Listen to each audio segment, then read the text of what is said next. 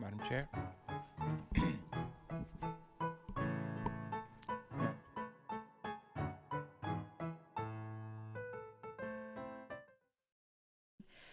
We will call the Planning Commission to order. Commissioner Daly, can you lead us in the Pledge of Allegiance? Yes. Please rise. Place your hand over your heart. Join me as I say, I pledge allegiance to the flag of the United States of America and to the republic for which it stands, one nation, under God, indivisible, with liberty and justice for all. Thank you, Commissioner. Ms. Blancas, can you give roll, please? Chair Sherrick, Present. Vice Chair Quill, Here. Commissioner Daly, Here. Commissioner Lopez, Commissioner Ivan Garcia, Here. Commissioner Flores, Here. Commissioner Armstead, Commissioner Carruscos is currently not present. Commissioner Orlando Garcia is currently not present. It's my understanding he's on his way. A 3-minute limitation shall apply to each member of the public who wishes to address the Planning Commission on any item on the agenda, excluding public hearings. There is not a limit to the number of items that may be discussed within the 3-minute time frame. Ms. Blancas, can you administer the oath for our public speakers? Thank you. Okay, if you'll be speaking, please stand and raise your right hand. Do you solemnly affirm that the testimony you're about to give before this body will be the truth, the whole truth, and nothing but the truth? If so, please say I do. Thank you. You may be seated. Thank you. Is there anyone who wishes to speak on a matter that is not on the agenda? Thank you. Now like to proceed to consent calendar. Consent items are routine in nature and may be enacted in one motion. All public and non-public hearings will be open at one time. Any item may be discussed separately upon the request of the Planning Commission or a member of the public. Does staff have any updates to the consent calendar?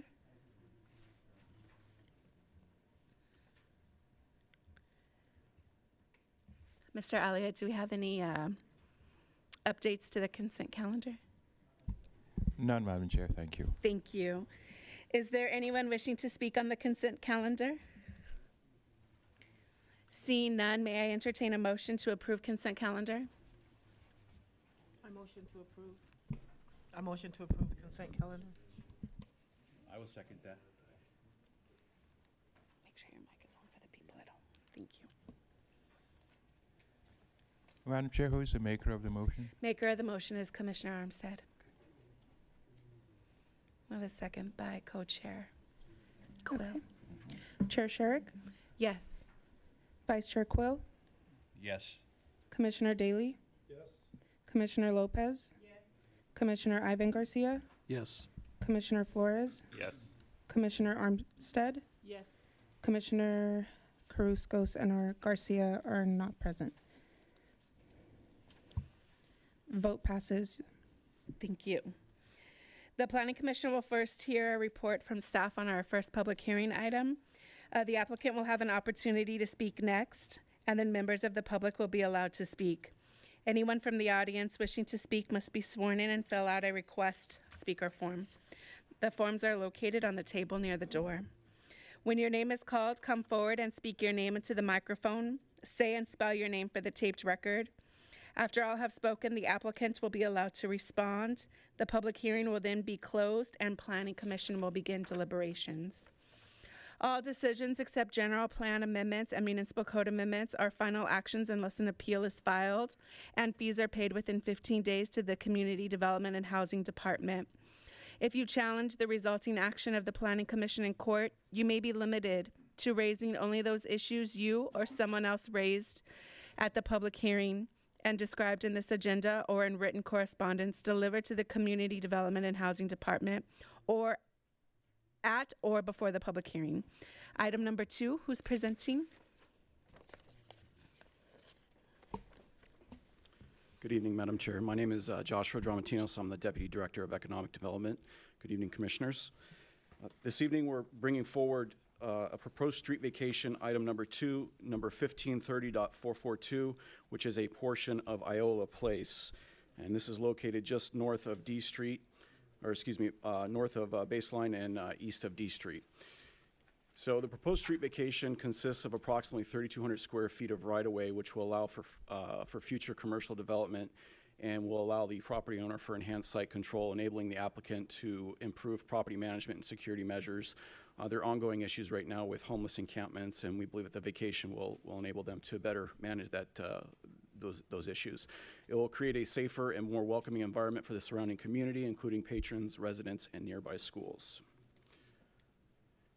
Exhibit B displays a aerial image of the proposed street vacation. You'll see the hatching there, which directly corresponds to the approximate 3,200 square feet. And then the next attachment is an aerial image. You'll see that the proposed street vacation encumbrances the main parcel of the property owner.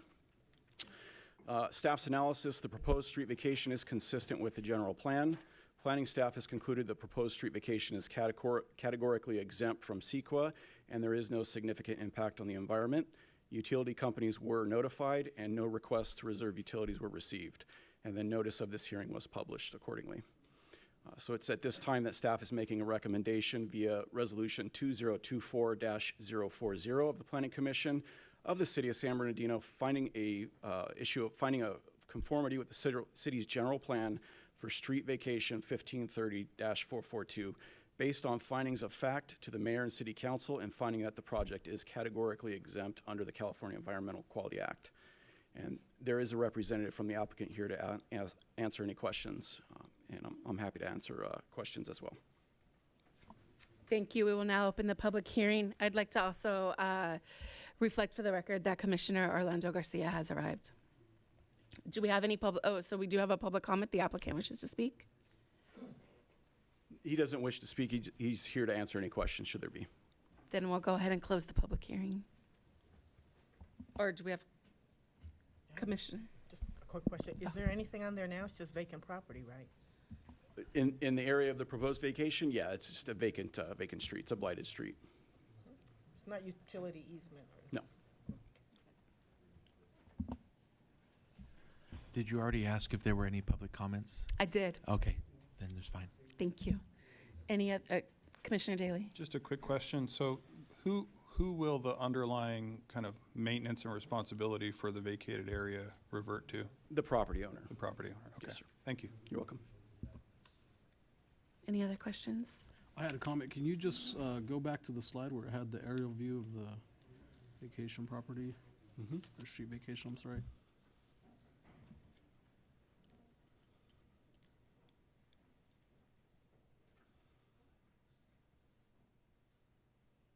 So I guess my question is, so that piece of property will become now belong to which applicant or owner? In a vacation such as this, the underlying property reverts to the owners of the adjacent properties. So in this case, it's all one property owner, so that area would revert to that property owner, which is our applicant. Thank you. Yes. Any other questions by staff or commission? Do I have a motion? I'll make a motion to make a motion for staff's recommendation.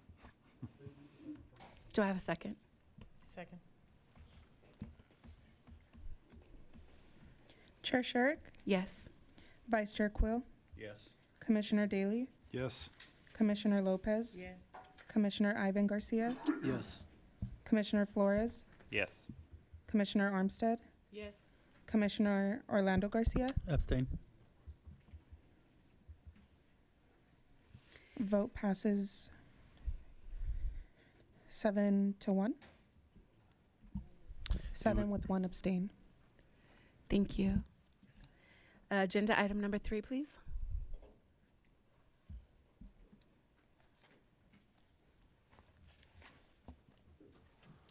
Yes, good evening, Commissioners. Item number 3 tonight is Appeal 24-05 of Amendment to Conditions of Approval 23-01 for Administrative Development Permit 22-020. It's an appeal of a previously approved amendment to Conditions of Approval 23-01 for Administrative Development Permit 22-20, in which conditions of approval number 20 through 26 were redacted from the original Administrative Development Permit 22-020. The project is located at 379 Industrial Road, located on about 0.83 acres within the Industrial Light Zone, Ward 3. Here we have our location map. Here we have our aerial map. All right. So in February of 2021, the Planning Division received a zoning verification review application for Odessa International, which is a frozen food distributor, and it was approved. In May of 2022, Odessa International applied for Administrative Development Permit 22-020 to install a 9,000-gallon nitrogen tank for packaging the frozen foods. The Waterman Business Center Association, managing the center, reached out to planning concerned that installing the nitrogen tank would impact the center. After analyzing the project and collaborating with all parties, owners, tenants, and management, the Planning Division agreed to include the following conditions of approval. Bobtail and semi-trucks will park, load, and unload only in the areas designated. The applicant will limit semi-trucks egress and access to and from the lot to between the hours of 9 and 6 a.m. No semi-trucks will park on-site outside of these hours. Applicant agrees to screen the liquid nitrogen tank in accordance with the plans approved by WBCA, and the metal screening material will be painted to match the main building field color of 379 East Industrial Building. Applicant agrees to install and maintain landscaping, including proper irrigation, to screen views from adjacent property in accordance with the plans to be approved by WBCA. Applicant agrees to properly and promptly dispose of all waste to minimize odors and pests. No utility lines will be mounted on the exterior of the building. The storm drain trench, which is WBCA property, is to remain undisturbed before, during, and after construction. The storm drain flow of the lot will be maintained and not altered. And lastly, in addition to these conditions, WBCA is requiring proper notice, minimum 3 business days, and insurance before starting construction over, near, under, around the fire water main that runs through the proposed construction area. So those were the conditions that were added to the original administrative development permit 22-020. So in March 2023, ADESA questioned the rationale behind the conditions, and staff explained that these conditions were meant to accommodate all parties as discussed. There were subsequent meetings I did not attend, and the then Director of Community Development and City Planner decided to remove the conditions, as there were operational concerns between WBCA and ADESA and not a city matter. However, both officials resigned before this action was taken. And still in May of 2023, ADESA's legal team had gotten involved and had reached out to BB&K to see what position the city was taking on the removal of said conditions. In July of 2023, following direction from the former management staff, planning amended and redacted the conditions of approval from the original ADP with amendment to conditions 23-01. There was no notice or formal hearing required for this amendment, as the amendment goes back to the approving body, which was the director. Being there was no director at the time, staff went off past management direction, and staff sent the amendment to conditions 23-01 to both ADESA International and the WBCA on the same day. July 2023, the WBCA reached out to the planning staff to protest the removal of the conditions of approval via a letter requesting an appeal. It was around this time our interim director of community development had started with the city of San Bernardino, and after catching them up on the situation and after their own research, they determined that the WBCA wanted to appeal the project, the department would honor it. So from July of 2023 till now, there continues to be issues between ADESA International and the Waterman Business Center Association, and on September 4, 2024, the Planning Division officially accepted and processed Appeal 24-05. So planning's rationale for the removal of the conditions: it was understood that the conditions of approval were requested by the WBCA and all parties involved. However, that is being challenged constantly. Condition 20 is unrelated to the city's code. Conditions 21 and 22 exceed city requirements for enclosure and landscaping, which is already conditioned within the original admin permit. Condition 24 about exterior equipment contradicts the city's development code, if it's kept. Conditions 23, 25, and 26 concern private business operations, which the city does not regulate and should have never opted to include. Furthermore, condition of approval 19 addresses parking, which is the biggest issue out there right now. So number 19 says, applicant shall ensure that all its vehicles and those of its employees and visitors park only on the 379 East Industrial Road lot and do not park on any other owner's property without a written agreement in place with that owner. So that is still an active condition. All right, moving on to the analysis. The appellant has submitted via the appellant the letter amendment to conditions of approval 23-01 states that the conditions are more restrictive than those of the other businesses in the complex. These conditions were agreed upon by the building owner, tenant, ADESA, and Waterman Business Center Association. Due to the installation of the 9,000-gallon nitrogen tank, no other business has made exterior improvements or installed such a tank.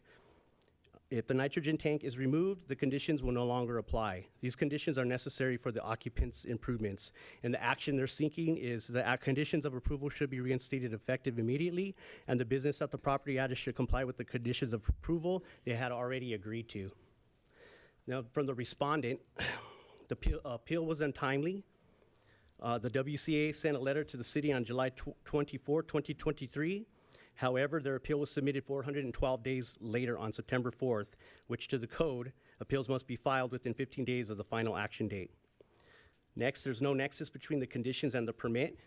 The property has a separate private driveway and dedicated parking lot for its deliveries and employee parking. The association seeks to impose conditions on the tenant that uniquely burden only this property. Next, they said conditions 20 through 26 are outside the authority of the WBCA and cause the respondents to be treated differently from all other owners and users in the center. Next, they say the WBCA's allegations are misleading. They say to justify its appeal, the WBCA makes the following 3 allegations.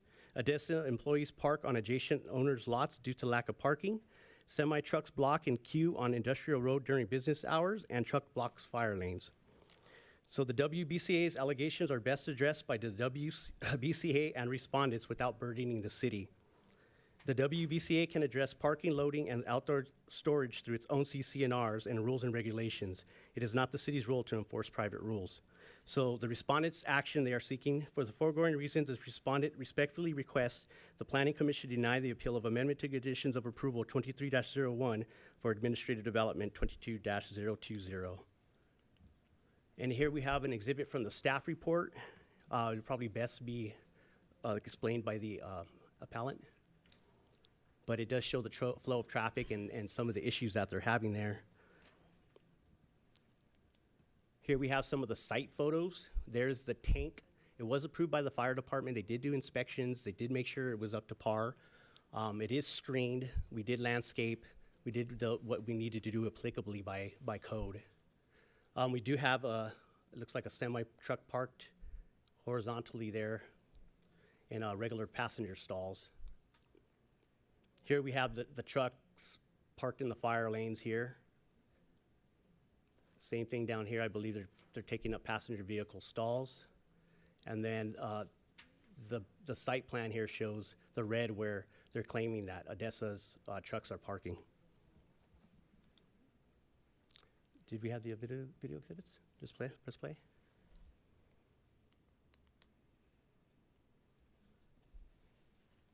Oh, so these are exhibits that ADESA submitted showing that the cars are backing out and there's no problem with egress and ingress.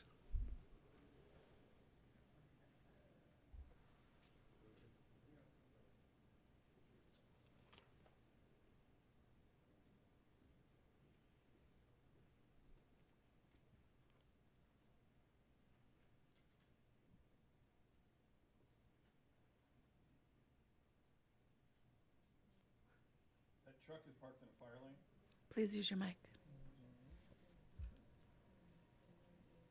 We did have fire go out there a couple times, and we did complain on behalf. So I think they situated it. I'm not too sure what happened. And I'm sorry, was that a yes? The truck was parked in a fire lane? That truck was parked in a fire lane at the point. So we have another exhibit.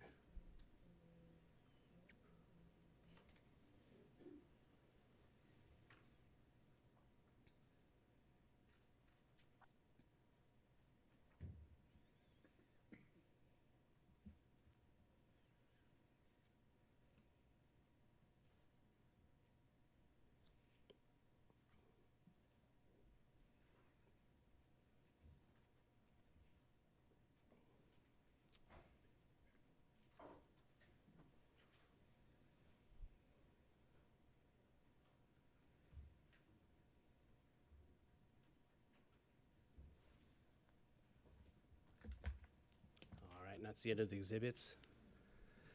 So our recommendation tonight is that Planning Commission adopt resolution number 2024-033, denying appeal 24-045, thereby upholding the Committee to Development and Housing Department's approval of the amendment to conditions of approval 23-01 for administrative development permit 22-020, or Planning Commission adopt resolution number 2024-034, approving appeal 24-05, thereby restoring the deleted conditions of approval 20 through 26, included with the Committee to Development and Housing Department's approval of amendment to conditions of approval 23-01 for admin permit 22-020. And I have both appellant and respondent here. They do have some presentations that they do want to give. Thank you. Before I open up the public hearing, I'd like, for a matter of transparency, I'd like to state that I was contacted by the appellant. And in doing so, I met with the director and also with the appellant to go over their concerns and issues. I heard them out. I did not answer questions. I did not say how I would vote, and I have not contacted anybody on the commission stating that I had this meeting. So I just want to make sure that that is open for transparency for this commission, for staff, and as well as for the public. May I ask if there was any information conveyed to you that you think would be worthwhile for the commission to hear? I Or- think that the information that they conveyed to me will be presented tonight, as well as additional information is the frustration with staff about how long this took to come to Planning Commission. And also the fact that they were here at the last meeting ready to go. And a concern that I have, as well as the appellant had, is that that wasn't, I don't feel like that was properly conveyed to this commission, that the appellant was here and ready to go. I also have concerns with the information provided to us by the attorney. When we've had other public hearings and we had speaker cards on them, you have directed us to hear the speakers. The attorney that filled in for you directed us not to. And I think that that's conflicting. We should either hear it or we shouldn't. It shouldn't, I don't think what type of item it is should dictate whether we hear from who was here to speak on an item or not. So those are some issues that I had. Okay, I can address that last part right now. When an item like a public hearing is agendized and the commission is going to continue it, and there are speaker cards submitted, the commission does not have to, could hear the comments, but those comments will never be part of the public record because the public hearing was continued. Right. And so I think we went through this before. We There were did. a lot of speakers here that day. And so I told the commission, you know, it's up to your discretion whether you want to do that. You chose to accept those comments, but that's the reason. It's not legally required to take the public comments because the public hearing was not opened. It was continued. Right. I just feel like there was some inconsistencies. Well, like I said, it's up to the discretion of the commission. And so there can be inconsistencies. Sometimes you can choose to hear them. Well, I'm sorry. I sometimes think not. the inconsistencies came from legal, from telling us not to hear Oh, okay. the speakers. Uh-huh. As a matter of policy, you know, if people were here to speak on the public hearing item, it's best for those comments to be included in the public record. And so I don't think it was necessarily wrong to wait to hear those comments until, you know, the public hearing is opened. But I hear your concern. Thank you. I'll go ahead and now open the public hearing. And we do have some speakers. So I'll call the first speaker, Craig Furness.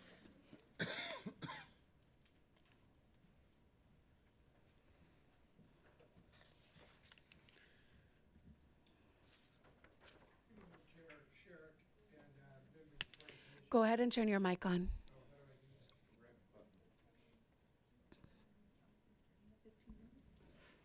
Yes, my understanding is appellant, I get 15 minutes, and I have a presentation for you. We have some drafted. How do we advance? Oh, perfect. How do I advance? Perfect. Thank you, Mike.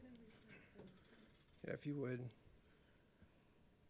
I'm Craig Furness, president of the Waterman Business Center Association and also co-founder and president of 7th Street Development.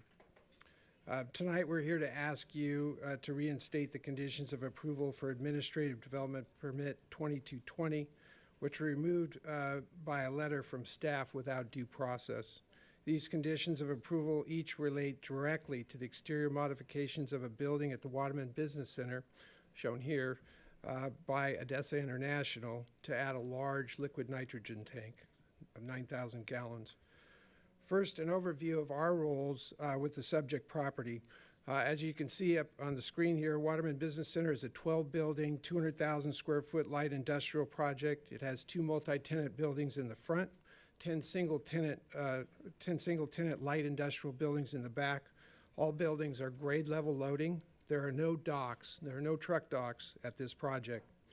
An entity of 7th Street Development, my company, developed the project after acquiring the land in 2005. We went through an extensive track map and development plan review in 2006 and In June 2006, it resulted in a 107-page document outlining conditions of approval for the project. These conditions would address things like exterior modifications such as adding a liquid nitrogen tank. Because the project had common driveways, a common stormwater system, a common firewater system, the Waterman Business Center Association was created via a set of CCNRs, which were approved by the city, to manage the common systems and enforce the CCNRs and association rules and regulations. Our company has a 21-year history of developing properties like this. We've developed that whole 12-building property, and we hold our properties long-term. And we still own the front 2 buildings of this project. And I'm the president of the association board. And in my 40 years of doing this, I've never had an issue like this with an association member. So we have these several roles in the project. We're the original developer who completed the project in 2007. We're the manager of the association. We're the owner of the front 2 buildings, which we've held for 17 years and intend to hold long-term. And finally, our office, 7th Street Development's office, is in that front building in Suite 107, located here in the city of San Bernardino. We're proud residents of the city, and we're here every week. So the knowledge of the situation we're talking about is firsthand. We're a family-owned and run business. You might recognize that guy back there because he's my son. Just to give you an overview of the project, that's the 2 of the front multi-tenant buildings we own. These buildings have a mix of professional office tenants and light industrial users, professional tenants like social vocational services, and light industrial users like Fastenal. This is a photo of one of the 10 light industrial buildings, which all have grade level loading and small yards in the back, similar to the one occupied by Odessa. This is a typical photo of the rear yard that we're talking about tonight. So going back to this drawing here, this site plan, in January of 2022, Odessa installed without permits or association approval a 35-foot long, 15-foot wide, 12-foot high liquid nitrogen tank and boiler in the yard of their building, Building C, which is 379 East Industrial Road, which they had leased. Association objected to the exterior work and ultimately denied their request for exterior improvements due to a lack of complete plans, operating without a permit, concerns with truck circulation, can't get back to the back of the thing when they build a liquid nitrogen tank there, stormwater drainage, and loss of parking. San Bernardino City Code Enforcement required them to obtain a permit because they were operating without one, so they applied for Administrative Development Permit 2220. Because they were so far along in this, they reached out to us together with the city. We, out of good faith, trying to help them, and ultimately agreed to remove our objections, provided Odessa agreed to 7 conditions of approval, which were all directly related to mitigating the impacts of the installation of the liquid nitrogen tank. The administrative development permit was issued in 2022 because the applicant, the building owner, the city, and us all agreed to these conditions in writing. They were put in the administrative development permit. And no action was required of the Planning Commission. It was just an administrative development permit. So a year later, in July of 2023, we received a letter from planning staff. It was written from a staff member informing us that they had removed the 7 conditions of approval. There was no notice to us, no hearing, not even the discussions of concerns. Since the time the conditions were removed, the association has received several complaints, and we have experienced these as an owner ourselves, of Odessa employees parking in other owners' lots and semi-trucks, not bobtails like they showed in that video, semi-trucks blocking and queuing on Industrial Road. Odessa started operating in the adjacent building now. They've now expanded into Building D there. And that was in early of July 2024, a few months ago, without a permit. We've since learned that the city has approved their use permit for expansion into this building. And we've since received complaints from the occupier of Building E next door, we as association. So just to give you some pictures are very valuable in this situation. Here is the unpermitted liquid nitrogen tank and boiler they initially installed. Here are the conditions of approval, which Mr. Rosales already reviewed with you. One of which is a key one, is the applicant will not bobtails, but semi-trucks will not load and unload semi-trucks during business hours. They'll do it after business hours. Here is a picture of the liquid nitrogen tank that was ultimately installed. As a result of the conditions of approval, they screened it, which did improve the appearance of it. And then this is the letter we received from Mr. Rosales, city staff member Mr. Rosales, in July of 2023. The reason stated here for removing the 7 conditions is that they're more restrictive for them than other businesses. Well, of course, no other business has installed a 9,000-gallon liquid nitrogen tank. No other businesses have made modifications. The conditions were due to that.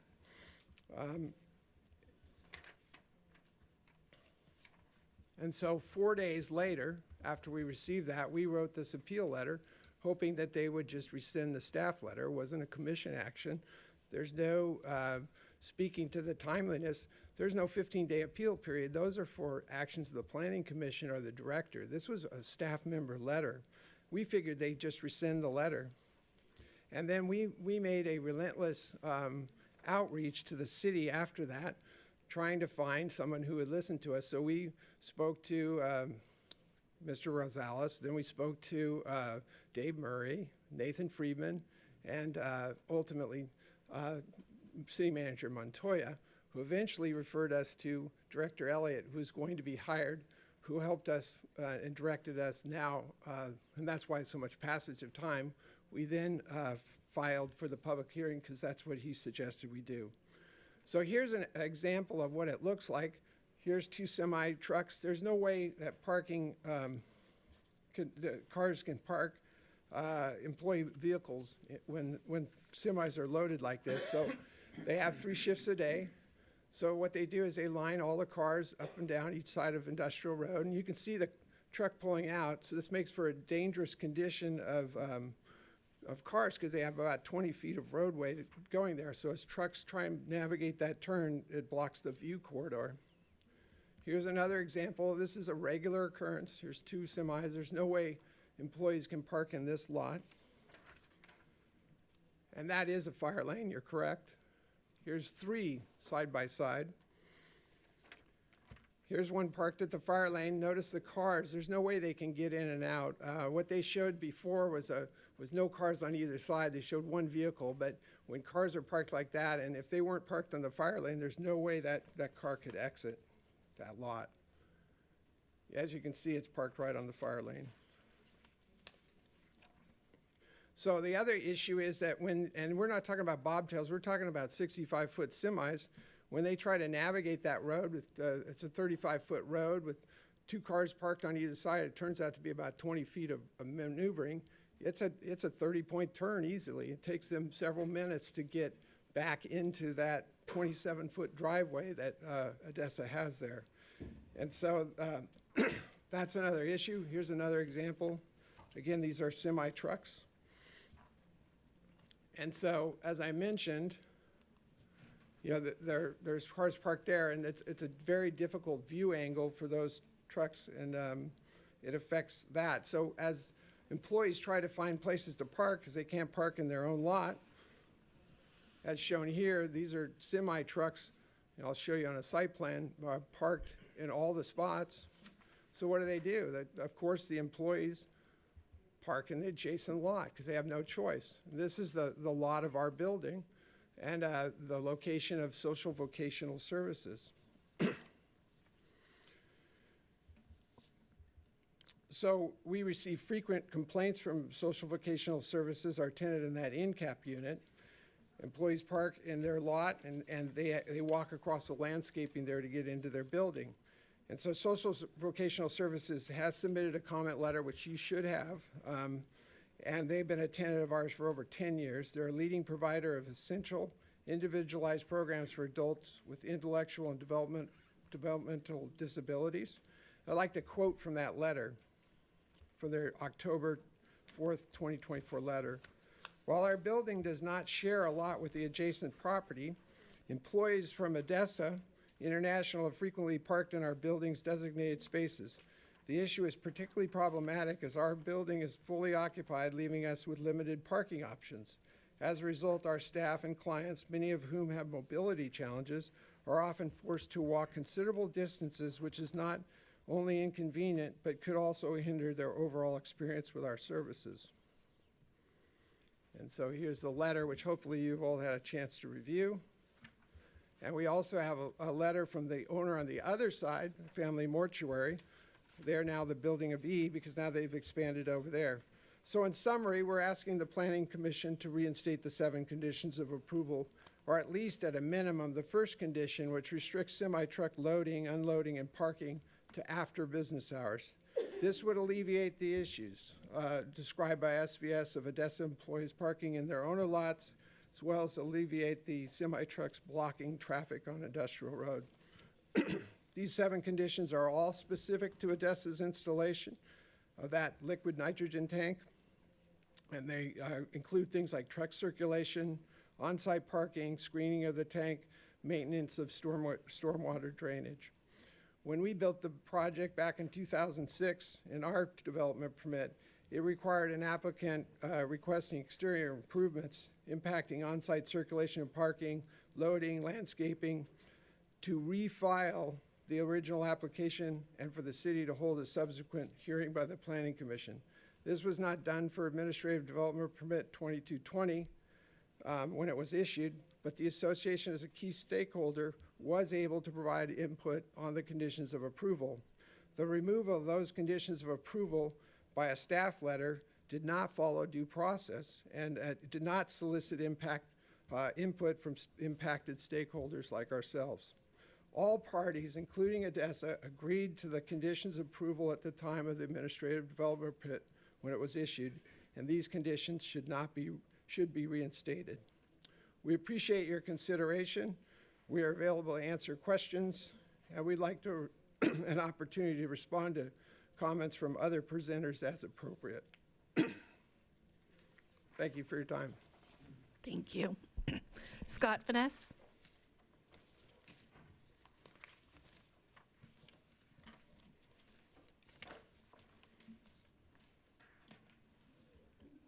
Do you want to go back to the letter? I have it here. Okay. Is the microphone still on? It looks like it. Hi, Chair, Vice Chair, Planning Commission. Oh, sorry about that. Okay.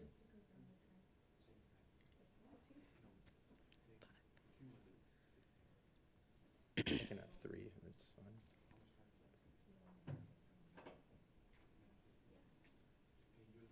Yeah. Good evening, everyone. My name's Scott Furness. I'm Craig Furnesse's son, property manager, asset manager of 7th Street Development. I'm the vice president of the Waterman Business Center Association, and I also am a tenant of the Waterman Business Center. My office is located at the front building, 328 East Commercial Road, Suite 107. I just wanted to encourage you to please look at the letters and listen to our speakers and approve this appeal. Particularly for our tenants, social vocational services. They already talked about it already, but they work with adults with severe, developmental disorders and work with them on a one-on-one basis. And just want to repeat that some of them have mobility issues, and this lack of parking caused by these semi-truck loading really impacts them and hurts them when operating. Like I said, I'm at the project every week. I see it firsthand, so I just ask that you please read the letter and listen to the speakers. Thank you. Last name Pratt.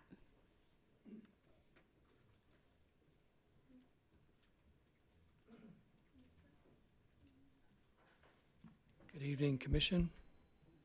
My name is Billy Pratt, Billy Pratt, and I'm the owner of Family Memorial Mortuary in the Waterman Business Center. I purchased that building in 2013, and our company provides affordable mortuary and crematory services.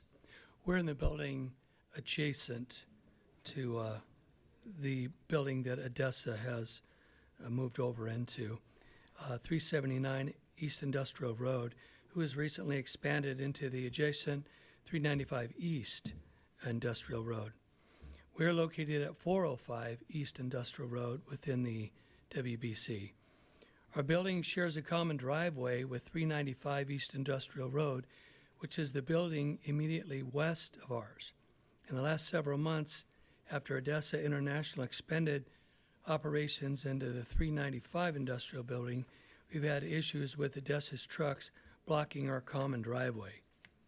Odessa parks 3 refrigerated truck containers in the back of the building, so none of their trucks or employees can park there. These refrigerated containers run continuously on diesel fuel. Because they have no room at the back of their building, diesel fuel trucks coming to refuel the refrigerated containers, as well as other trucks, regularly block our driveway, which impacts our customers and employees. When they're trying to back in, they will come into our rear parking lot, and they've obtained our gate code. So they open the gate, they back in, they block our 2 bay doors while they're trying to straighten it out so they can back up into theirs. And the other day, they almost hit one of our employees' cars because it's tight back there. We've also been impacted by the semi-trucks backing into 379 East Industrial Road, blocking during business hours. These trucks back in and block the driveway at times, park across our parking spaces. Our customers, many of them elderly, have to park down the street and walk in. When they leave, trying to make the however many point turn that they're trying to get out of there, they will go up and over into our planter, over the curb, breaking the sprinkler, and then taking off. Since then, our gardener, he just capped off the sprinkler and said there's no point in replacing it all the time. So now we've got dead landscaping and black curbs where it should be red from the tires running over it.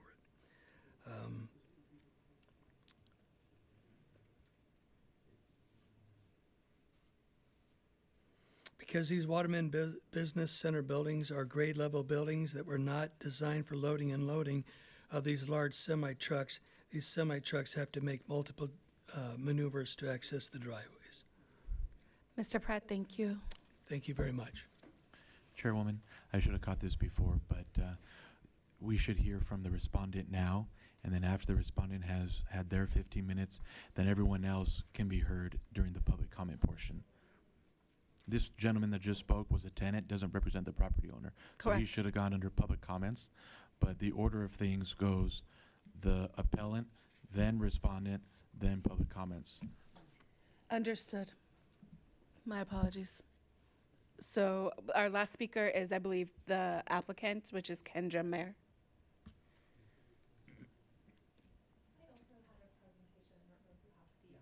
Or if it's just the.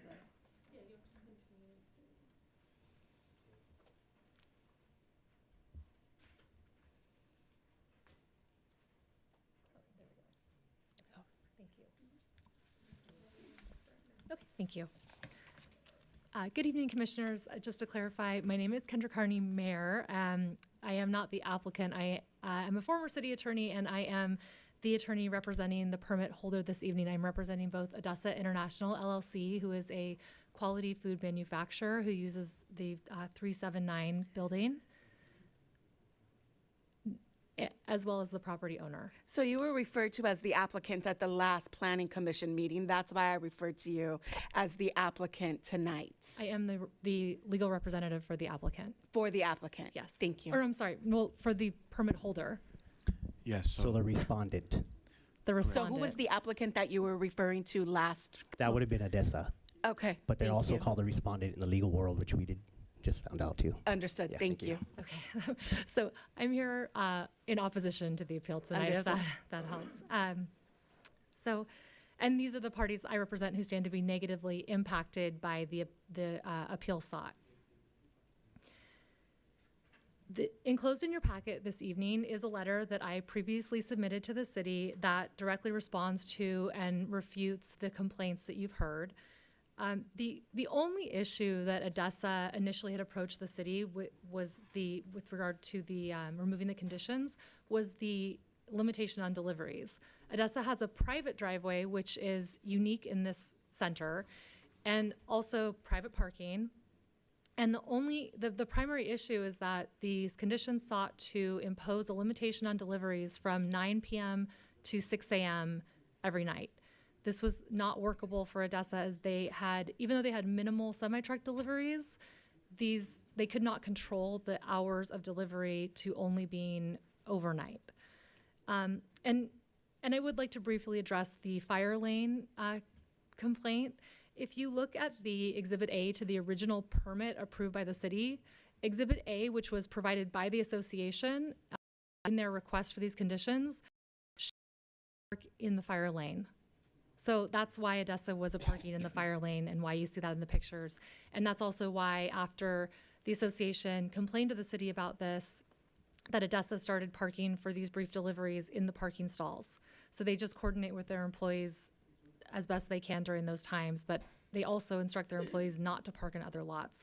And during the entire time that I've been working on this project, which is coming up, or maybe we've just passed 2 years, I'm aware of one complaint that the association relayed to ADESA regarding their employees parking in other lots. So I think the most important fact tonight, though, is that this appeal before the Planning Commission is just too late.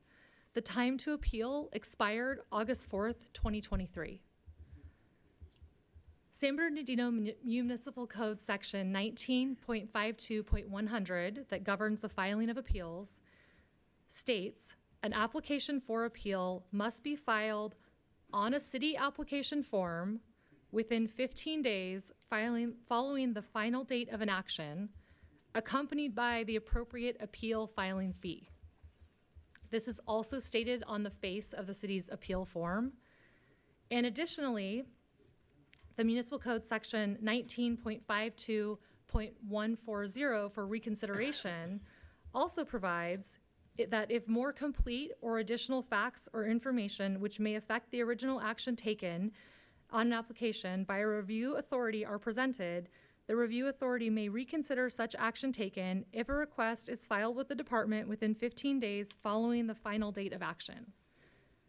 On the face of the city's amendment to the administrative development permit, the document that we are here to address the appeal of tonight, the city stated to the parties, please be advised that the decision is final unless a written appeal is filed with the appropriate fee within 15 days of the date following the final date of approval pursuant to Section 19.52.100 of the City of San Bernardino Development Code. The city issued the amendment July 20th, 2023. The association received that and sent a letter on July 24th, 2023. But the association failed to submit the application form or the application fee. As a result of their failure to appeal, the amendment became final on August 4th of 2023. On that day, ADESA and the property owner S&E Investments obtained a vested interest in the validity and finality of the amended permit. The permittee was not even informed that the appellant had ever responded, being the association had ever responded to the permit amended until September 10th of 2024. So this entire time, ADESA believes that they have a valid permit, which they do by law, until now, more than a year later, we're here tonight having to defend it once again. A total of 412 days passed between the final action by the city and the time the appellant, the association, actually submitted their full appeal. This appeal is untimely, it's simply too late, and it must be denied. Under California law, if a permittee has acquired a vested property right under a permit, that permit cannot be revoked. Allowing this appeal to go forward is a threat to the permittee's due process and their vested property rights in the amended permit. For the Planning Commission to do anything other than deny this appeal is a violation of longstanding California law. And separate from the untimeliness of this appeal, as the city staff stated in their staff report, a city generally does not serve to enforce private association regulations. If anything, the association's desire to enforce regulations outside of its CC&Rs or bylaws is a dispute between the parties that private parties should resolve outside of the city's venue and in civil court if necessary, but they should do it themselves. As staff stated in your staff report packet, the city also concluded staff removed conditions of approval number 20 through 26 to align with how the city imposes conditions on other businesses in the complex. And more importantly, staff stated, any disagreements between tenant and management are considered private matters. While the parties here are a property owner and their tenant versus the association, the conclusion is the same. These parties may address the association's overreach of its authority apart from before the Planning Commission. And for all these reasons asserted in my comments tonight and in the written response to the appeal put forth on ADESA and S&E's behalf, I request the Planning Commission deny the appeal. And I'm, of course, available for any questions. Thank you. Thank you. I don't have any other speaker cards. Is there anybody else who wishes to speak on this item?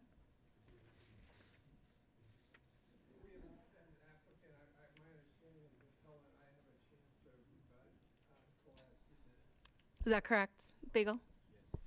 Yes, it is. It's 5.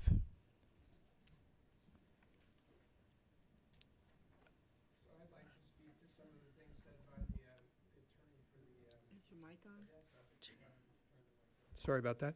I'd like to speak to some of the things provided by ADESA's attorney. First, the conditions of approval were approved by ADESA themselves. We provided in your packet where they provided written agreement, both the building owner, ADESA, and their consultant. So they were all agreed to. I want to make sure that's clear. When they park in the fire lane, if they do that after business hours, it's less of an issue than it is if they park during the business hours. So the idea is the semis, and they can park outside of the fire lane. If they do it after business hours, it's less of an issue. They mentioned only one complaint 2 years ago. That's not true. You read the SVS letter. I have a document here that we towed a car on August 6th of 2024. There's also been citations by the San Bernardino Police, but I have that document right here I can provide. I'd also like to speak to the timeliness. I'm not an attorney like she is, but we did do a little research. In section 1952-100, filing of appeals, that's out of the city code. It speaks to the 15-day time frame, but that's for actions of the Planning Commission. It's not for actions of a city staff person writing a letter. So she's quoting correctly, but she's not speaking to the fact that it's an appeal of a Planning Commission decision or the director of the DRC. And I have that right here. And we have attempted, as the association, directly to try to get them to comply. And currently, they have $100,000 of unpaid fines and interest and late fees. So we've done everything we can. If you don't help us by putting these conditions in approval, we have no other recourse. So we hope you'll restate those 7 conditions of approval. Thank you. So really quick from staff. So it wasn't the 7, we did take the 6 off, but we did leave the one condition that did speak to parking, which seems to be the biggest issue here, correct? Where it says that the applicant shall ensure that all its vehicles and those of its employees and visitors park only on the 379 East Industrial Road lot and do not park on any other owner's property without a written agreement in place with that owner. So that condition was left in. Number 20? Yes, correct. So it turned into 19 because of the strikeouts. However, that condition did speak to what their issues are at this moment. Other than that, every other single condition that they're talking about has been covered in our admin permit. The landscaping, all the any equipment on the outside, the screenage, and everything else that we propose as a standard within that administrative development permit has been met. The only condition that's not being met is the parking condition, which is still in that admin permit, which is cause for revocation if so. So that's all I want to say. Having no further speakers, we can close the public hearing, is that correct? Correct. I'll close the public hearing and invite staff to ask questions. Or, I'm sorry, the commission to ask questions. Do we have any questions by commissioners? Commissioner Armstead? All right, I have a couple. Okay, I think you went over why the conditions of approval, you went over why the conditions of approval 20 through 26 were redacted by prior planning staff. It should have come to the commission, right? No. No. So an administrative development permit is approved at a director level, and when you do an amendment to that particular entitlement, it goes back to the approving body, which would have been the director at the time. Being that there was no director at the time of amendment of conditions of approval, we went off of past management staff that was directed to us to go ahead and just remove the conditions that have nothing to do with us. And that's the stance we took at the time. The interim director literally started about 3 weeks later, and she started to get into it, research. She wanted to address the issue. So there was back and forth, but I remember her saying and that they would honor an appeal if it did come up. But she just never pushed the appeal, and of course she left. Okay. So we were at a real standstill. I was getting pressure from city management, from the management's office. There was a lot of hearsay coming down, a lot of pressure on me coming from the other director and the other city planner who were no longer with us, like literally a couple months later. So I was left holding the stand. So that is the reason why we redacted the conditions. So that was our rationale. Then my next question is, if the owner has performed unpermitted construction, what's going on with that? Does the city do So- anything against that? So that's when they had done, like a lot of developers do first and ask for permission later, or forgiveness, I should say. They had done most of the construction work. We were approached by the WBCA, and they did tell us there was a lot of unpermitted construction going on. We did have code go out there, and they did address whatever situation that was needed through that admin permit. So I've also had code go out there a couple of times, just on surprise visits. Hey, can you go now? They never come back with any reconnaissance of saying that there's trucks parked here nor there. They never even opened up a code case because they're saying that it's a private matter. I've advised the tenant or the owner of the WBCA to call commercial PD and have them go out and tow those trucks if need be, but was told that they didn't want to do that. So it sounds to me like they want to keep their tenant, but they want us to be the ones enforcing the CCNRs and keep their tenant so they don't look bad and lose their tenant because it's good money. Now, if we put back in these conditions, does the city have any authority to make sure they're enforced? Because That would be by code enforcement in the fire department. enforcement. So I did send the fire department out there too when I heard that they were parking in the fire lanes, and which they came back and they didn't have any report for me. Well, we have several letters here stating about the parking issues, and my concern is the tenant has already shown they don't abide by any regulations or consider the neighboring businesses. So what makes you think they're going to do anything? What makes you think they're going to change? So dealing with this for 2.5 years, I don't know. I can't tell you. I've been going back and forth asking why is the city involved? Are you talking to your tenant? Are you talking to the owner? Are you guys communicating? And nobody's ever communicated with each other. They've just been using me as a middleman.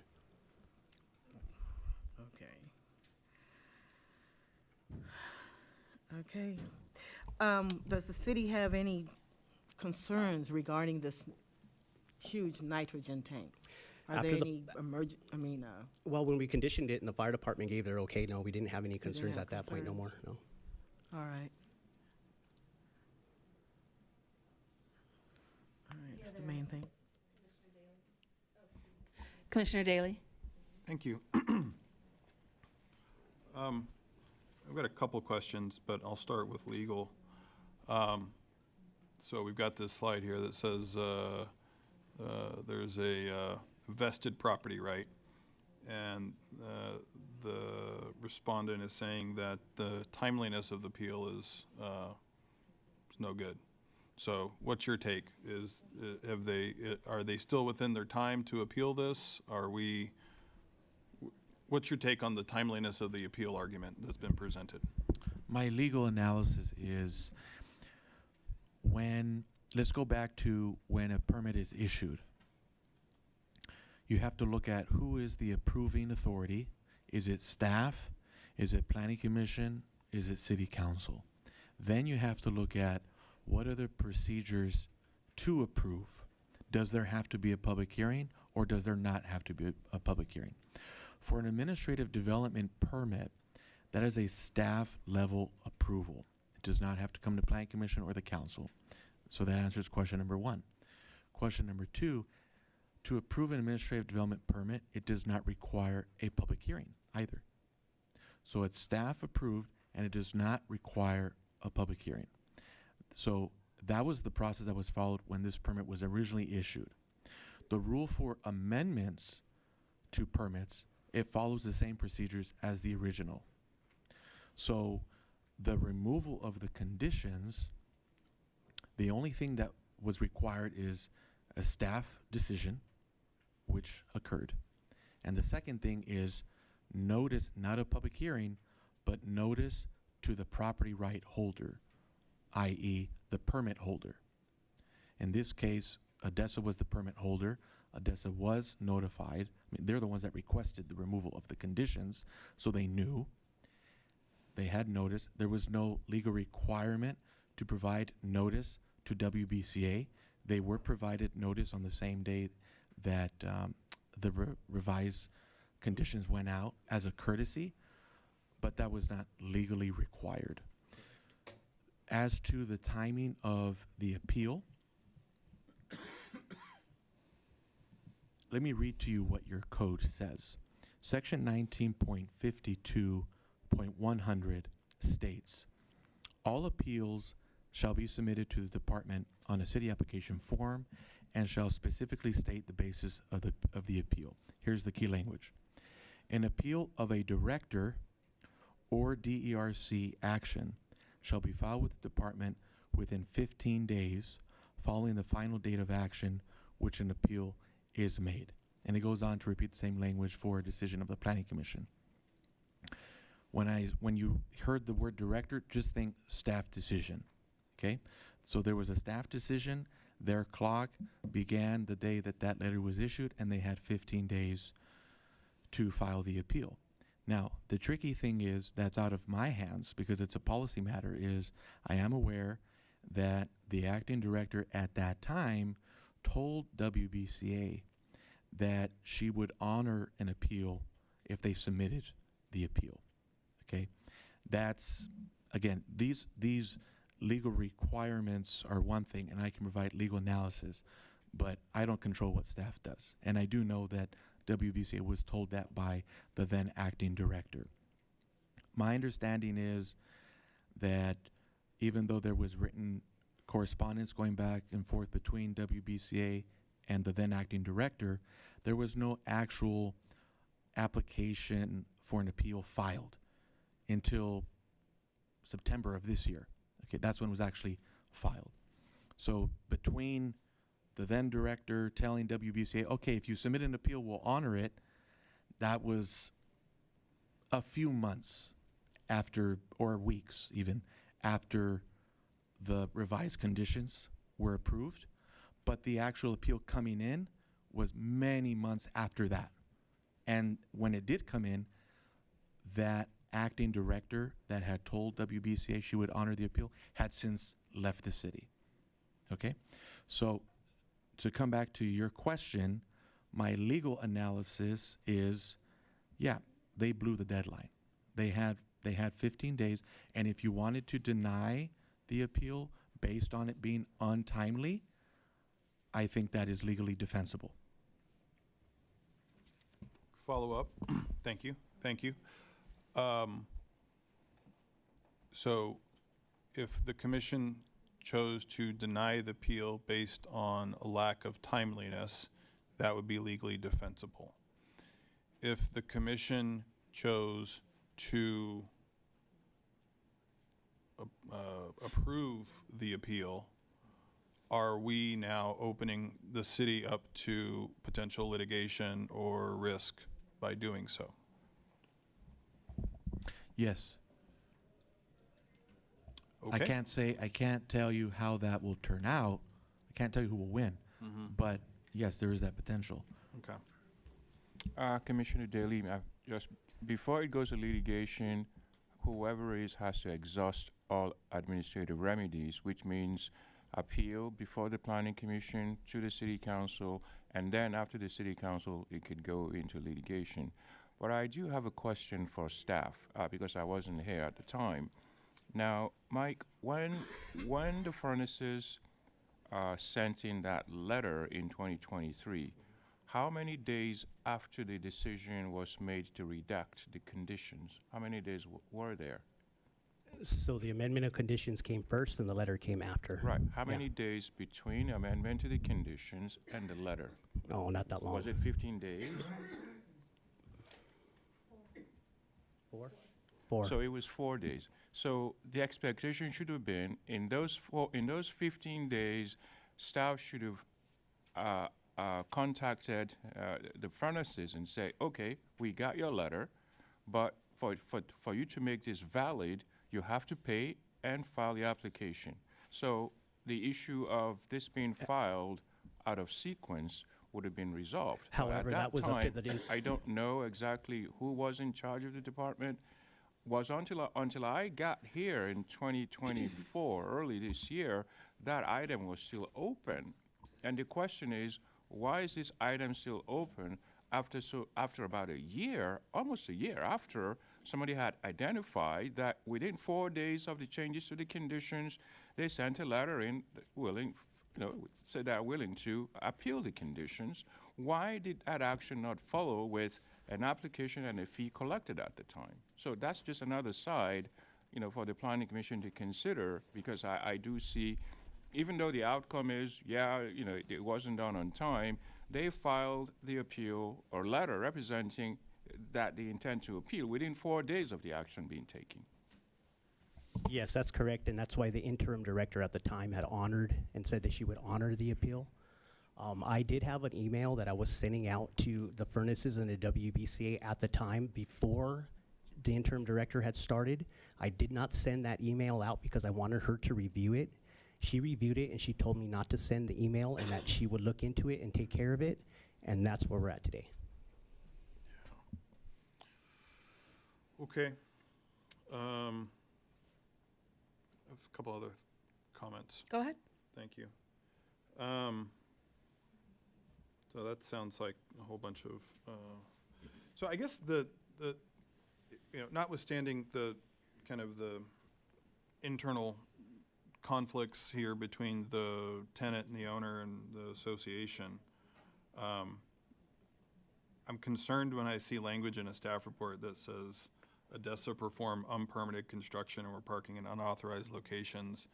And I'm also very concerned when I see pictures of semi-trucks parking in red zones, regardless of the why, and not just a red zone, like a red zone that's got, single passenger vehicle parking spots on it too. So those are things that are, for me at least, the most concerning, because that's kind of what's within our purview and the Planning Commission. Internal conflicts between tenants and owners and associations, I tend to agree, should be left to be dealt with there. But when we as a commission see, again, unpermitted construction, that's a red flag and that's a problem for me. Parking in unauthorized locations and parking in red zones and parking in, multiple single-family vehicles, those are all concerns for me that I would like to explore further, I suppose. So, thank you. So if I may, sir, those issues were addressed in the one condition that we did leave in the admin permit, which speaks to the parking. And applicant shall ensure that all of its vehicles and those of its employees and visitors park only on the 379 East Industrial Road lot and do not park on any other owner's property without a written agreement in place with that owner.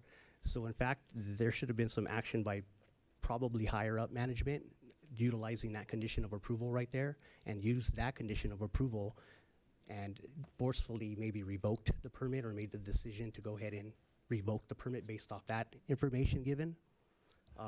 So is that the underlying ADP that we're talking about? That condition is still in the underlying Conditioner ADP. It was number never 20. redacted. Okay. So as I had said before, the rest of those conditions were already looked at and fixed via the standard conditions in our administrative development permit for the first one that was issued. We did leave that condition concerning the parking within that admin. So at this point, if they're not parking where they're supposed to be parking, they're violating the administrative development permit anyways. Understood. Thank you. Commissioner Flores, did you have a, yes? Back to legal.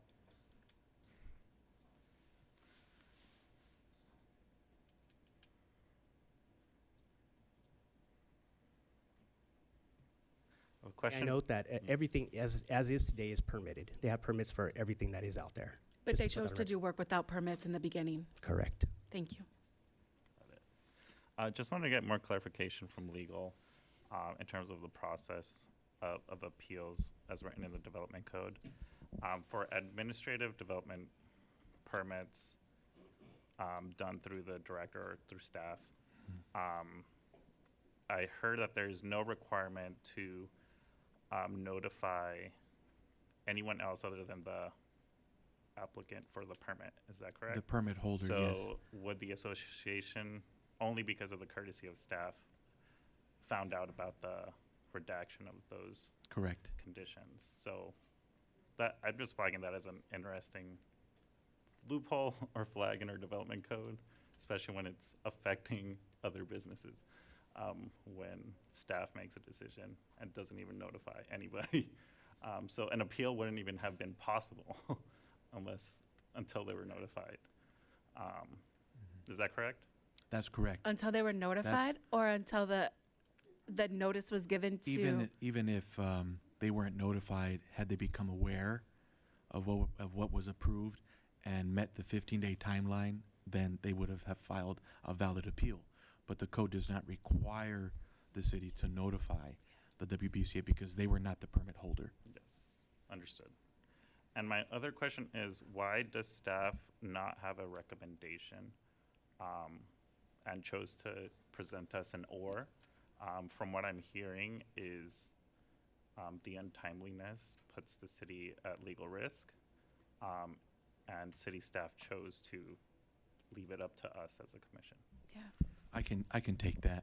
The city attorney's office takes a position when it comes to appeals for efficiency to present the two options to you so that no continuances have to happen. If you decide, let's say a resolution for approval is presented to you, but you want a resolution to deny and it's an appeal that you're hearing.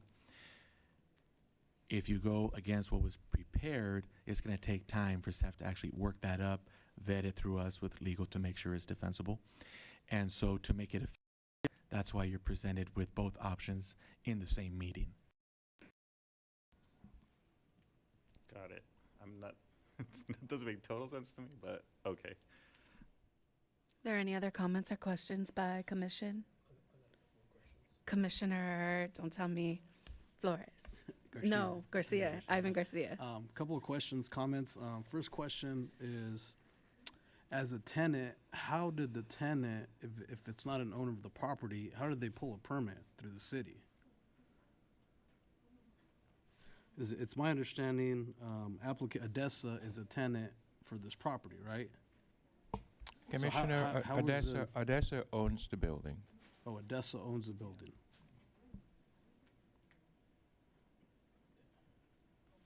Yeah, I'm a little confused there. Yeah, from what I understand, I don't think Odessa owns the building. Can we get clarification on that? Just to answer that, Odessa is the tenant. Kendra, just 1 second, please. Oh, sorry. Chairwoman, could you reopen the public hearing, please? At this time, I'd like to reopen the public hearing. Thank you. Thank you. I don't believe I closed it. Oh, did I? Just to answer that question, Odessa is the tenant As I said at the beginning, S&E Investments is the property owner, and S&E Investments, in conjunction with Odessa, pulled the permit. Got it. Thank you for clarification. Thank you. I have a question. Are you done, Commissioner? While you're at the podium, why was work done without permits being pulled? So this is probably a little bit more technical than I know of, but my understanding is that they had a temporary tank on a trailer, not the work being done, and then they pulled permits to install this permanent tank that had a concrete foundation and did the things that they were supposed to do. I would defer to staff on whether or not a temporary tank required building permits when it wasn't installed, but that's my understanding of the construction of it, and I also was not involved at that time. Who is anybody here who was? No. Thank you. Would a permit be required for a temporary tank? Yes, if we would allow it, it would be allowed. But I don't think we would allow a temporary use Right. permit for a temporary tank, because that's actually something that's going to be permanent in the long Right. run. Right. So we would have analyzed it as a permanent structure. Thank So, you. no knowledge. My next question is for staff.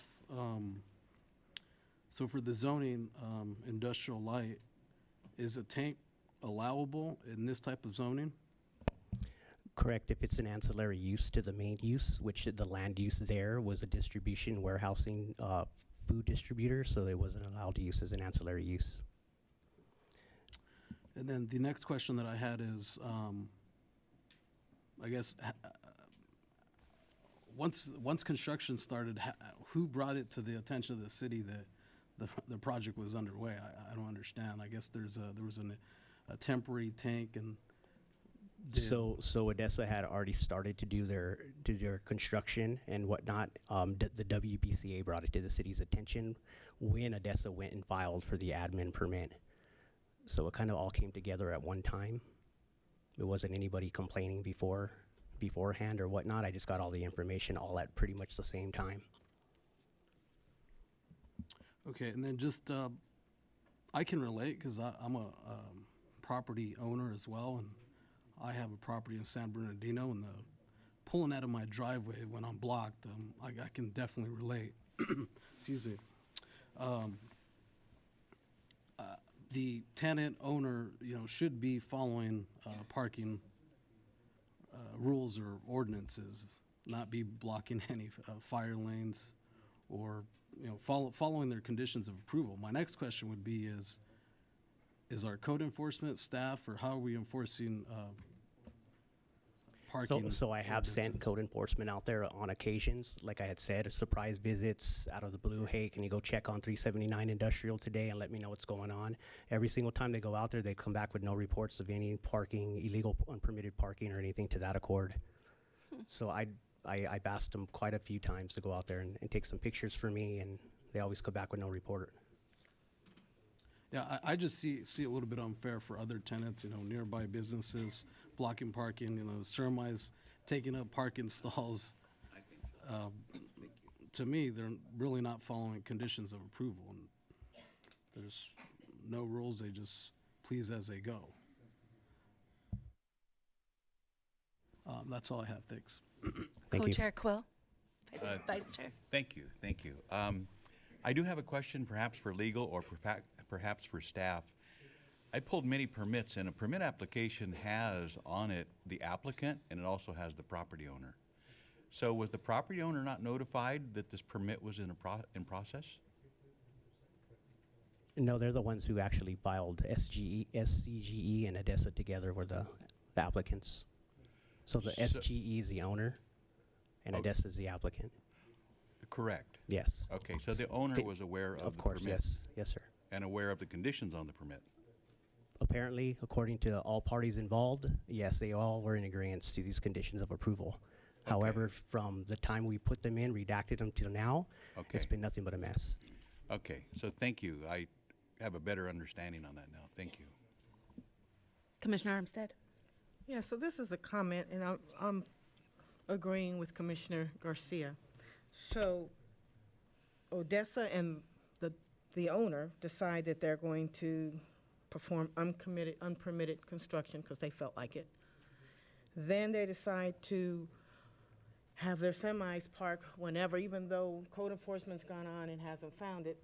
The other tenants have proof that these trucks are parking wherever Odessa tells them they can park, to the detriment of several of the tenants.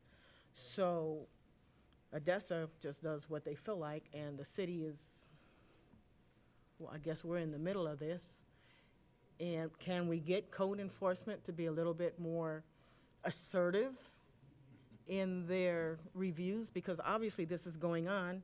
The tenants have pictures of Odessa parking wherever they feel like. And we know they've done unpermitted construction, so you're opening a Pandora's box for other developers and businesses to do this. We're opening a Pandora's box. I can see this happening. So yes, they did the unpermitted construction, and then it came and asked for permission later, is what they did. Correct. I have a couple of questions. Has the department sent any notification or letters to Odessa saying, hey, there are pictures, we have been notified that you are parking in a red zone, that's a violation of your conditions. You are parking outside of 379, that's a violation of your conditions. You are blocking cars in, you are parked 3 wide, these are violations. Have we done that? So informally, yes, through emails. I've made both parties aware that both parties have been, I guess, coming to me and making these issues and complaints. So they all were aware of every single complaint that's been going on, both parties. But there has been no formal letter from the department saying you're in violation of your conditions? I would say that the emails were pretty much formal. Okay. Yes. And if this is zoned industrial light, is there a limit on the number of trucks that can load and offload? What is what would be the difference between industrial light then and full industrial? Not much. If it's a distribution business, they would have to work that out on their on-site. So that would be been between Odessa and the WBCA to acknowledge where they can load, where they can unload, egress, ingress. We just made sure that they had proper points of access. We wouldn't say, okay, well, you're limited to 4 trucks, and then 378 is limited to 2 trucks. Sure. And do they have proper points of ingress and egress if they're blocking other buildings? According to Odessa, they do. What does the department say? I would say that it looks like it is not accessible at some times. Was there an original parcel map or a track map? Yes, there was. What were the conditions Nothing concerning parking. or ingress and egress? To my knowledge, it was just your standard conditions that they did, like in the late 90s, I believe, or 2000s. So. And from what I heard earlier, this commission can request the revocation of their application based on violations of their conditions of approval? And then they can work out stuff on their own and then come back to us and ask us for an admin permit. And then at that time, if we agree to it, we can do it that way. Because I went by this property and I've seen them parking in the red myself. I've been by there where they're parking in the red, where trucks are also parking. Can you bring up the site map, please? For reference. Oh yeah, go back. Go back. You can.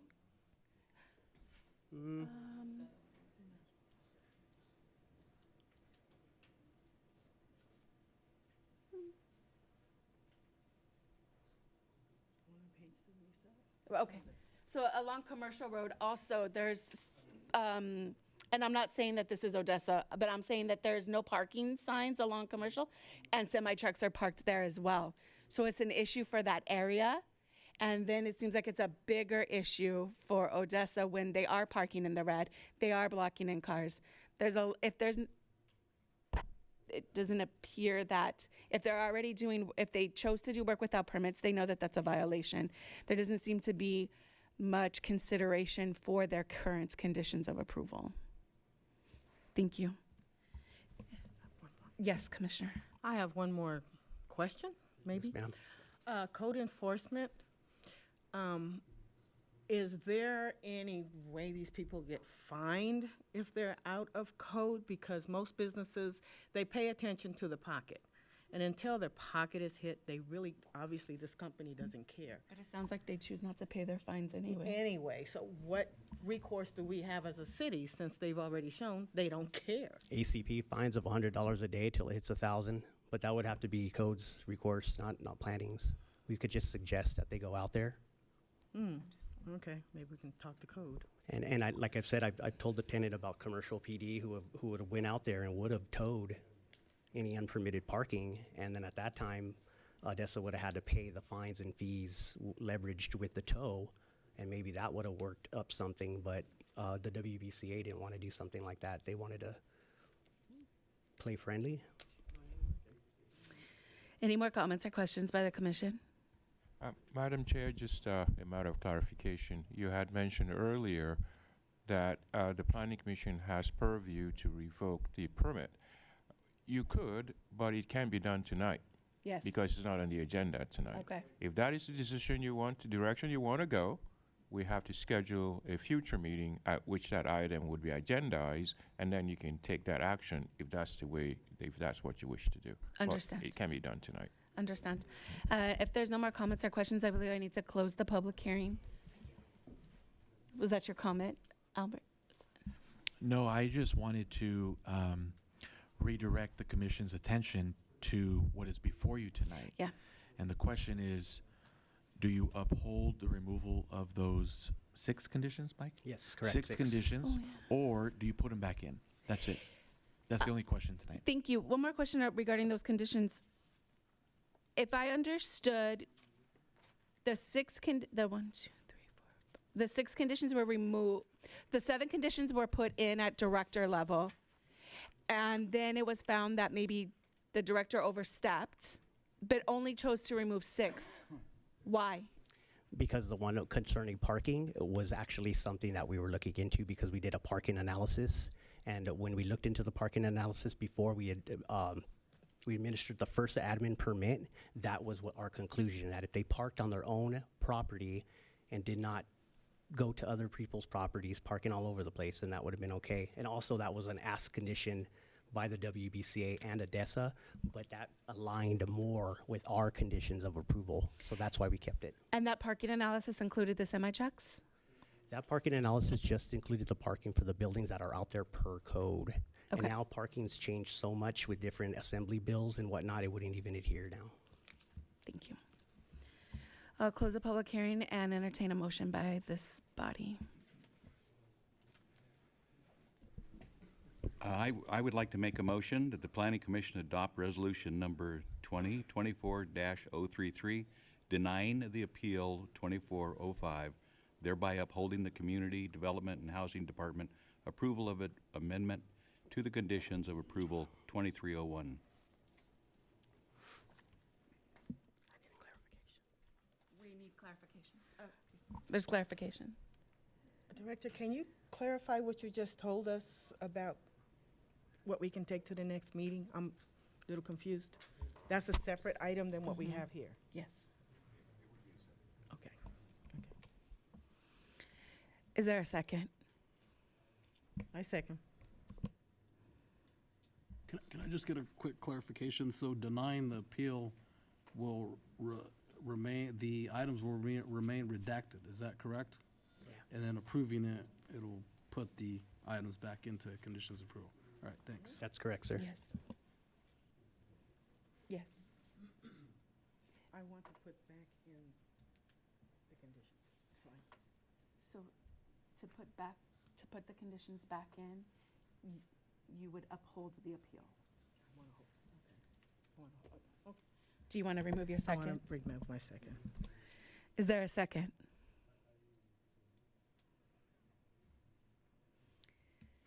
Hearing no second, I believe the item fails. Is that correct?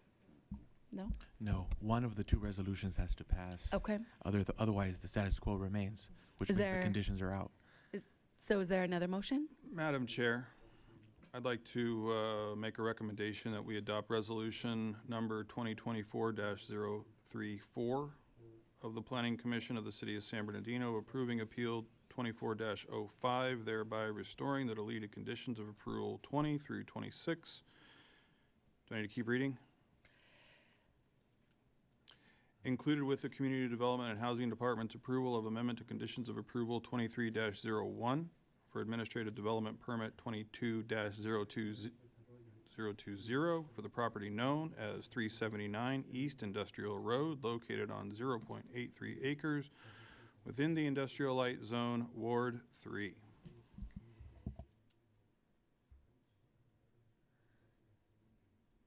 I thought condition 20 was staying.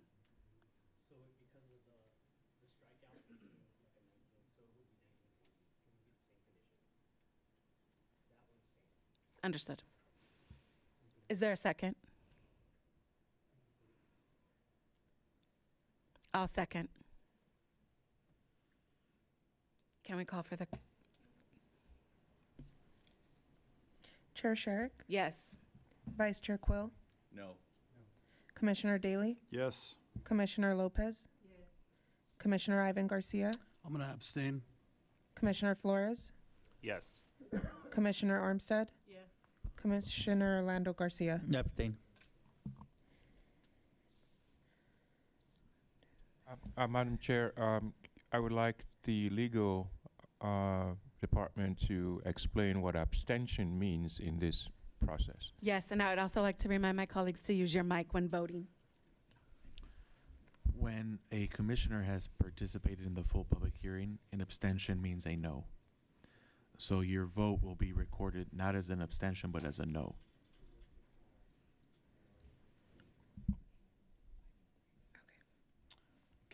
I'd like to change my vote then to a yes. Understood. Still abstain. Vote passes 6-2. Thank you. I'd also like to make a motion to look at revoking their conditions of approval with violations to their, or revoking their administrative permit because of the violations to the conditions of approval. As chairperson, you have the unilateral right to place an item on the agenda, and so I'm hearing that you would like to place a revocation of the permit on a future agenda. Yes. Okay. Staff has heard that direction, and that will be a public hearing. It needs to be a public hearing to do so. Thank you. Thank you. Item number 4.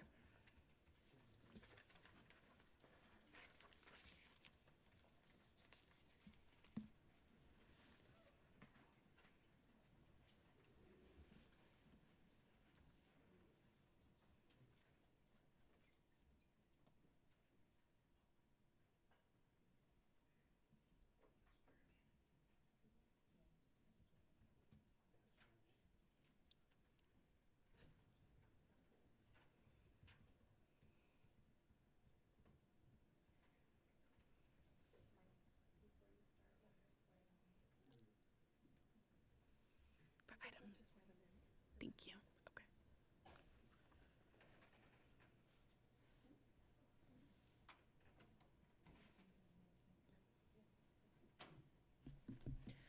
Okay, for those who will be public speaking and haven't completed the oath, if you can please stand and raise your right hand.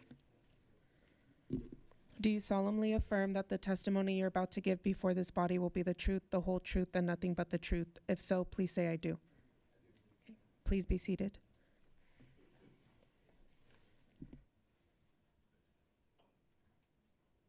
All right, thank you very much. Item number 4 tonight is Development Code Amendment 24-03 and Conditional Use Permit 23-04.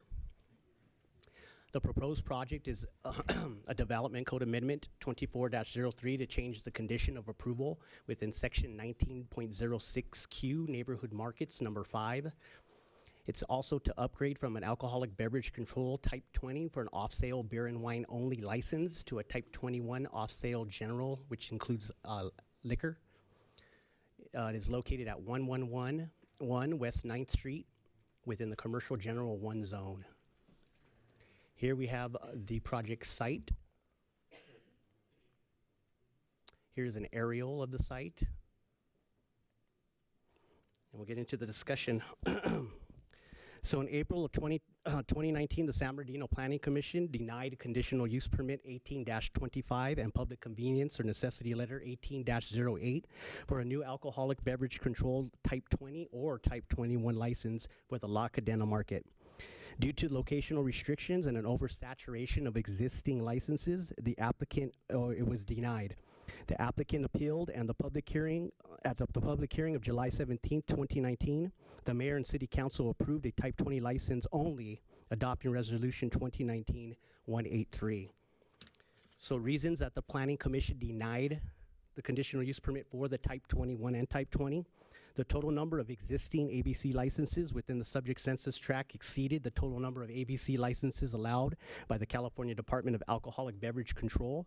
The crime rate within the subject reporting district exceeded the average citywide crime rate. La Cadena Market did not meet the city's 500-foot distance separation thresholds for a sensitive use. And the proposed use to allow and upgrade an ABC license does not meet the goals and objections of reducing crime and ensuring that neighborhoods and business areas are safe.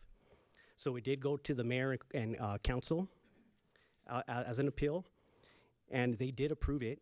And based off of these conditions, the operation of La Cadena Market can be characterized as a full-service neighborhood grocery store as generally defined in the city's development code, in that it sells fresh fruit, vegetables, meat, and fresh fish, and has food prepared on site. Therefore, the sale of beer and wine under the new ABC Type 20 off-site beer and wine license will serve as an ancillary component of La Cadena Market as a neighborhood grocery store, as opposed to a liquor store, which principally involves the business of selling alcoholic beverages. The La Cadena Market serves as a viable convenience to the community and is well lit for added safety. The police department reported that there were no alcohol-related incidents at the subject property or in the immediate vicinity. Adequate conditions of approval were imposed to prevent nuisances and secondary impacts, and there was no opposition raised by the surrounding residents. So in our past analysis, there was inspections in 2019 showing that La Cadena had less than 5,000 square foot of operational gross floor area. And as per code requirements, the planning division classified the project as a convenience store due to the limited items and underutilized space within the then store. This, along with the location and restrictions in the code, led to the project's non-compliance and subsequent denial by the Planning Commission. Per the new application and findings, La Cadena Market has been upgraded, now utilizing over 10,000 square feet of floor area, with alcohol not being its primary retail source. The Development Code Chapter 1906, Section 3B exempts establishments with 10,000 square foot or more from locational restrictions if alcohol is not the principal business. So therefore, the location restrictions do not apply in this project. So the industry standard, according to the U.S. Food and Drug Administration and OSHA, the industry standard for a neighborhood grocery store is 5,000 square feet or less, which our development code classifies as a convenience store, 5,000 square feet or less. A smaller grocery store is 5,000 to 10,000 square feet, though our code lacks a definition of this size.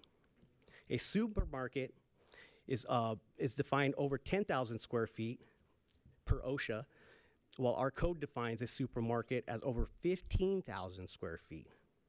So the applicant is disadvantaged compared to competitors and jurisdictions following the standard industry due to our outdated code. The Approval of Development Code Amendment 24-03 and Conditional Use Permit 23-04 would align the industry standards, benefiting the applicant and preventing the loss of a viable business in San Bernardino. So the proposal of the amendment would be within our development code, and it is found within Section Q, Neighborhood Grocery Stores in 1906. Neighborhood grocery stores with or without alcohol may be established subject to a conditional use permit and shall be operated in the following manner. So there's 10 conditions of approval. The one that we are looking to change is number 5, which reads, the sale of alcohol is limited to off-sale of beer and wine only with no single sales. So we would strike that out and add the 3 conditions as follows. The sale of alcohol shall consist of no single sales of beer, so no tall cans. No sales of wines in containers of less than 750 milliliters, so you're not getting your little small bottles of Sutton. No sales of distilled spirits in a bottle or container smaller than 375 millimeters, so no single shots, no buzz balls, nothing to that accord. So the project will also be conditioned, and the conditions that we are putting into the project would be the market shall maintain a minimum of 2 employees on site during any hour in which alcoholic beverages are sold. The market shall install a security system capable of directly contacting the police department in the event of any emergency. Security cameras have already been installed so that adequate coverage is provided to monitor activities on the entire project site. All criminal and suspicious activities recorded by or viewed on such surveillance equipment must be reported to local law enforcement. To the extent allowed by law, the establishment owner, manager, employees are required to provide any footage, tapes, or other recorded media from the security cameras to the police department. And the times of operation will remain the same from 7 to 10. So we did get analysis from the police department. They neither approved nor denied the request for the conditional use permit, but does not label the property as a nuisance. The proposed project will be appropriately conditioned and will not harm the surrounding area, and the property has been operating for 5 years with only 1 alcohol-related incident. So here we have the past look. So this is back in 2019 when we did our first inspections, and you could see why we called it a convenience store. They were really only utilizing that back little area. However, they did revamp the store. So we have a frontage. I drive by here every morning. There is always cars there on my way to work.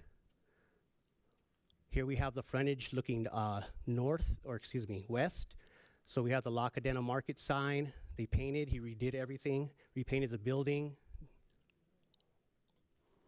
We have the parking lot, which he redid the landscaping. It's very clean. As you can see, the frontage of the property, very clean. He keeps it in very clean conditions.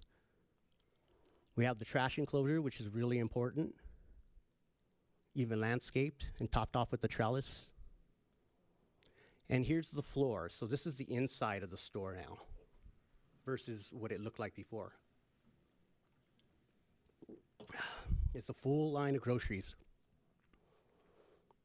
So here's our site plan, just for reference. Floor plan, just for reference.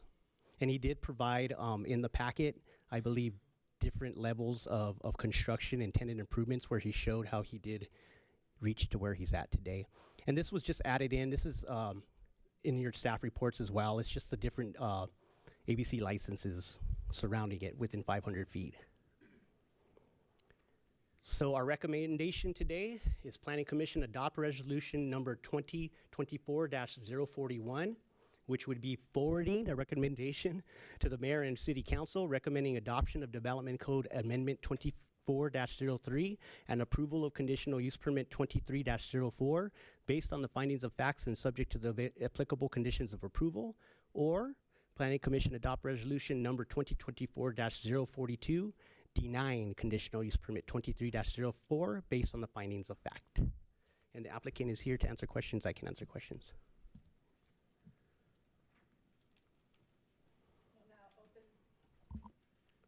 We will now open the public hearing, and I have one speaker card from Melvin. I can't make out the last name. Is it Everett? Yes.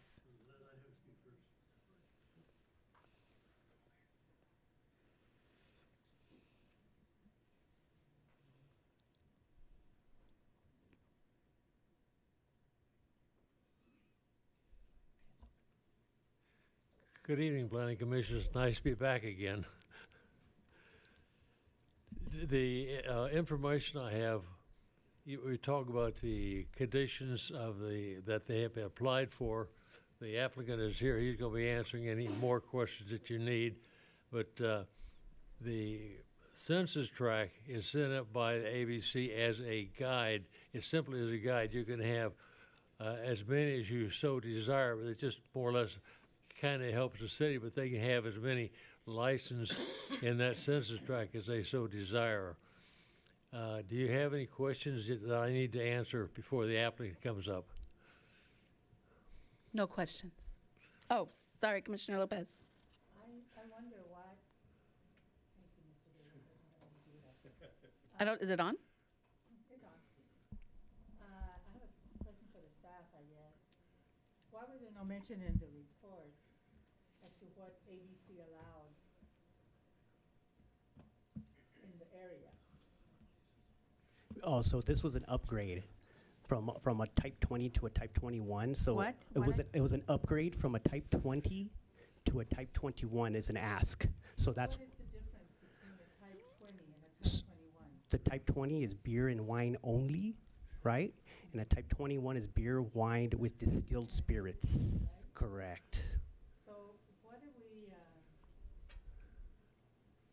here, what are they asking, to go from a beer and wine only up to including whiskey, so as to increase revenue and provide for the city and so forth? So it's a development code amendment. So ultimately, the mayor and council would be deciding on the verbiage redacted out of that section of the code. They are taking out the thing about single use. No, it's still in there.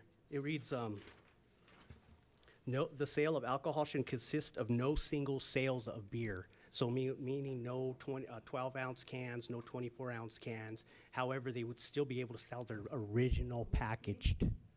What's that? For the hard liquor, there is? There would be allowance of hard liquor, but only in your standard size bottles. There wouldn't be allowance of shots or a fifth or anything to that accord. We're requesting at the present time, he sells single cans of beer, has no restrictions on that. So now we're just adding more merchandise to the store, which is exactly what the customers are asking for. And by limiting it to singles, that's not a fair situation. And they say no singles. Well, what happens if what the police department say, he buys a single, puts a can of beer into the car and drives away. Well, what they're doing is forcing you to buy a six-pack in the car and drive off. So now that's more dangerous than just a single can. And that's my own opinion, but you know, that's between the police department and the city. And I recommend that you remove that restriction because it's not fair to other stores in the area. And we're asking for all sizes of the liquor, no restrictions. So Where is this market located? What is the nearest cross street? 9th Street and Mount Vernon. It's 9th Street and what? Oh, Al Street. 9th and Al, sorry. 9th and Al. Correct. I know that neighborhood. That's a very local market. It's always busy. A bakery years ago, and we approved it, the planning commission at that time approved it. We were happy to see the market located because there was a food desert in that particular area. Correct. I don't see the alcohol, adding the alcohol. I'm sorry, thank you. So ultimately, this is just a recommendation to the mayor and city council to make the final decision on the removal and reiteration of that development code standard. But ultimately, you're not approving the conditional use permit tonight. Thank you. Do you have any more questions for me? Thank you for allowing me to speak. We have the owner of La Cadena.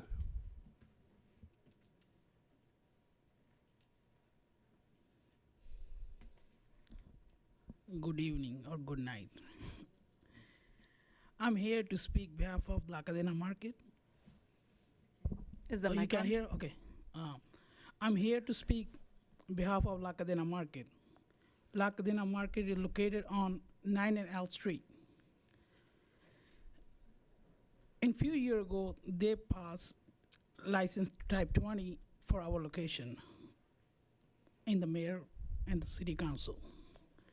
However, we tried to implement or requesting you to approve type 21 for this location in the fact of this store is labeled as a neighborhood market or grocery store. But the standards or the codes, only 5,000 square feet up to 10,000 square feet is labeled as neighborhood store, we are more than 10,000 square feet. I think 12,600 square feet. This market also sell meat, produce, bakery, full line of grocery. You can send money transfer, you can pay bills, you can do so much in there. It's like smaller version of any bigger store, Stater Brother, Al Super, or any other store you can count. I don't see any difference that it would make any bad impression in the neighborhood to sell a spirit alcohol, which is type 21, sorry. And I'm humbly requesting the Planning Commission, please allow us to have that opportunity in your city. It's a very beautiful market. It's open for anybody in the city to visit. You can decide even upon the visit. It's a high standard market. We have a few other markets in other cities.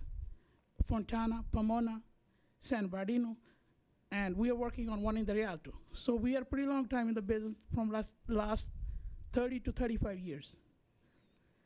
Also, we don't have any complaint in the past years that we are doing business in the city of San Bernardino regarding any alcohol wrong activity, anybody hit anyone or something. There could be any other thing happening in the surrounding area, but there is no problem regarding La Cadena Market.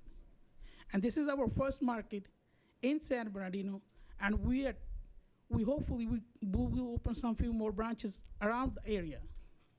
In the different side. San Bernardino is so big. So we started that project a few years ago. The land and the property was abandoned. Oh, that's it for 3 minutes? Okay. Thank you so much. Have a good night. Thank you. Is there any questions or comments by the commission? Commissioner Armstead? Yeah, I just need a little clarification, please. Okay, so this is a recommendation to change the development code for just this project or total? Total. Okay, This so would be for any market at those size, industry standard size over 10,000 square feet, correct? so approving this will change the development code plus upgrade their liquor license? Clarify it for me. That would be the end game, correct? So we're going- it's That'd be two- the end. Two all. actions in this. So we're recommending moving the DCA forward to the mayor and city council for their approval or denial, and at that same time, also CUP 2304 would be approved at the same time. Then, If you deny it tonight, you're denying the CUP, or you can also recommend to mayor and city council for a denial. What I'm asking, because you're doing two things and it's not fair to us. I don't think it's fair to us. You want us to consider the change to the development code, that's one. It should be separate to approving this upgrade and license, but you've combined them. I need help, legal help, please. Madam Chair, Planning Commissioner Armstead, the fact of the matter is that it is almost impossible to do one without the other. If you're going to allow this particular store to be classified as a grocery store similar to any other grocery store that's able to sell a type 21 distilled spirits, then we would have to modify the language in the code. If we do not want to do that, then the recommendation would be to deny, which means they keep their type 20, sell beer and wine, but they can't sell liquor or spirits. But for them to sell liquor or spirits, because of the language in our zoning code that identifies what a grocery store is, we have to take both actions. And that's why I'm asking, why did you combine them? Couldn't we do the conditional use, the code amendment as one item?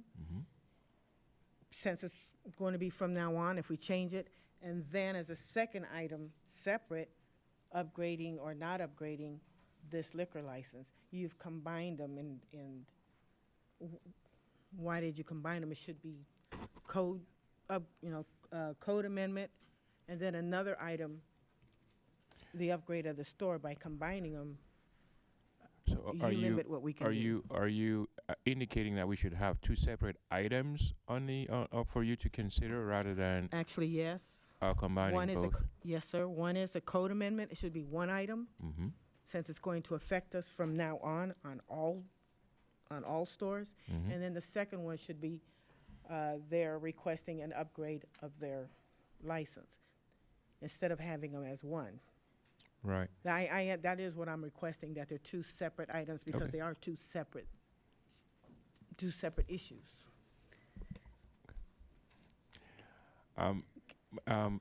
Madam Chair, I don't know how we can do that tonight unless maybe the Planning Commission wants to take two separate votes on whether or not we want to do the code amendment and then take another vote on the validity of the change from a type 20 to a type 21 license. Understood.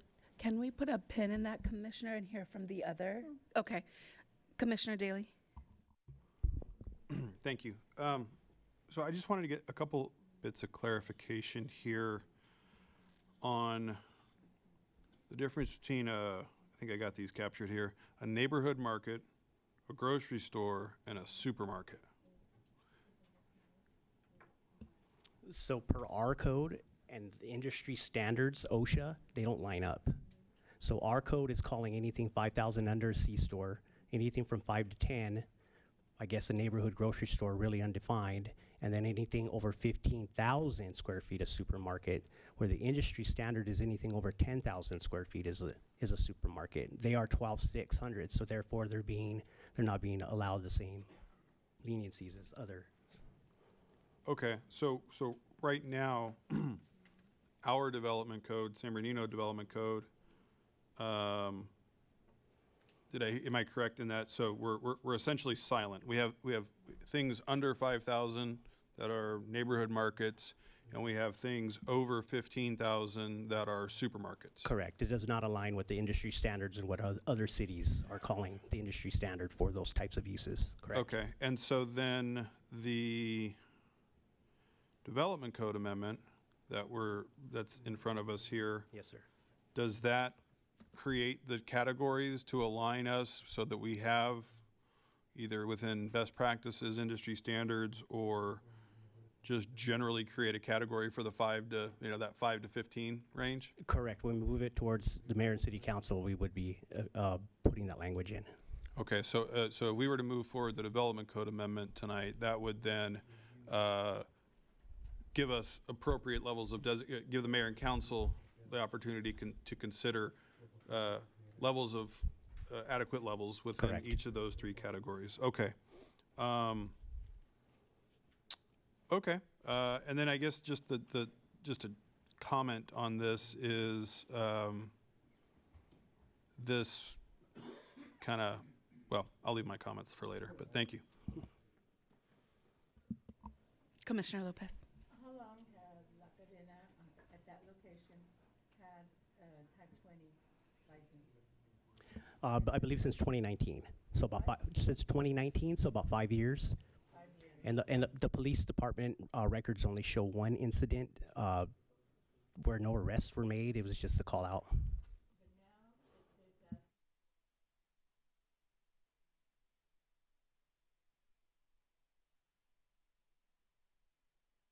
it's They would keep their type 21, which would allow they would be able to still sell beer and wine. operating, selling the type 20 beer and wine. They're asking for an upgrade, correct?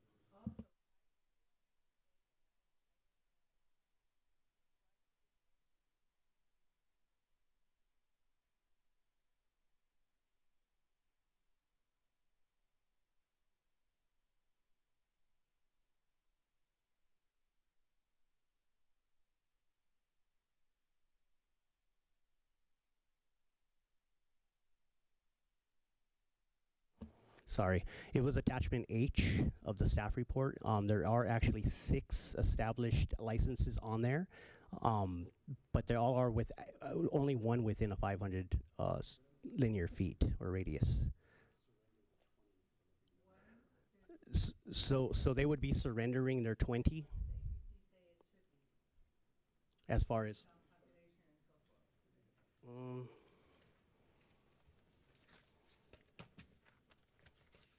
I have it in here.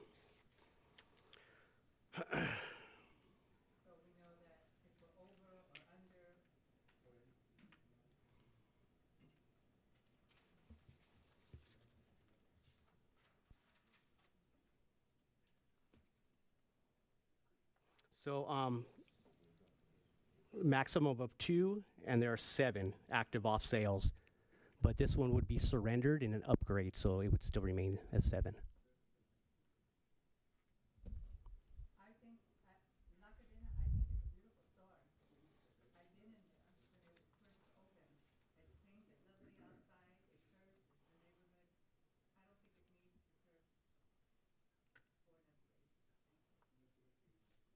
Commissioner Flores.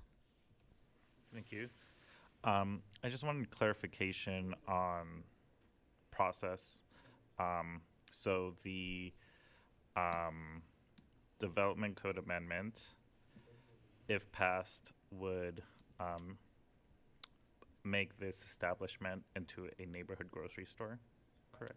So when we move it, it would just be for recommendation to the mayor and city council? Yes. But correct, we would be establishing the correct industry standards for the sizes of these stores, and then redacting that one condition and turning it into to the 3 conditions still, that would still adhere to the alcohol there.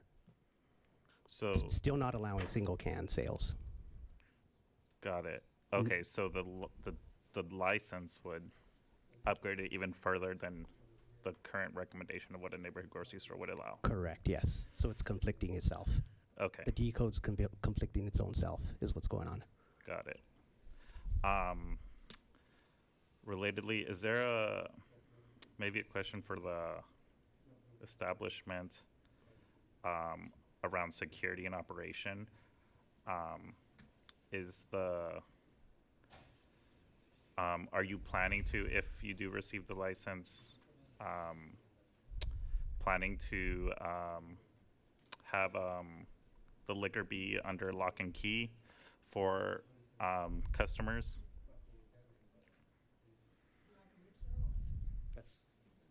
No, this is a question directly. That would be for you, sir.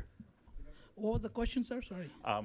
Would the liquor be under lock and key in your store, similar to how other larger markets It'd have be their locked liquor? in the cabinet. The Okay. liquor be locked in the cabinet and be served by our employees whenever customer asks for the liquor. Got it. Thank you. Yes. Those are all my questions. Thank you. Ivan, do you have questions? Armstead, Commissioner Armstead. I'll reiterate, these are 2 different issues that you're combining into one. They should be separate. One is the code amendment, should be separate than this liquor license. I'll ask the attorney, how do we do that? But there are 2 different issues that you've combined into one, and that is not fair to us or the public. My understanding is what the applicant has asked for, the upgraded license, requires a development code amendment. Is that correct? Correct. Okay. So that's why you see both in one. They're linked because this is what the applicant has applied for. They've applied for something that is presently not allowed by the code. So they're applying for the upgrade to CUP and the development code amendment at the same time to allow for that. That's why both appear. But they're 2 different issues. Can we separate them? They are 2 different issues, but But you've got them into one item. Can we separate them? One code amendment? Yes, no, we want to approve that. And then a second item, the liquor license upgrade. They should be separate. You've got them as one, and they really shouldn't be when they're So- 2 separate issues. I hear your question. The answer is not really, because normally if it was a CUP and it was allowed in the zone, it would come to you and you would make the decision. In this case, you're not going to make the decision on the CUP. The rule is when an applicant comes in and they've applied for something and it involves multiple entitlements, the highest reviewing authority gets to make the decision on the complete package. So because they have applied for a development code amendment, the ultimate approving authority is city council. So you're not going to approve or deny the CUP. Council will do that. And trailing that is the CUP. So that's why it's linked, because ultimately it has to go to council. This is only the recommending body because of the development code amendment. So it has to be linked. Can we request that these come back to us separate? They are two distinct, different issues. You're saying that if we make the development code amendment, it's going to impact the city for eons. So why are you combining this at one time? They're two separate issues, very impactful. So the code amendment should be on its own because it's impactful for eons. This liquor license, one-time upgrade, yes or no?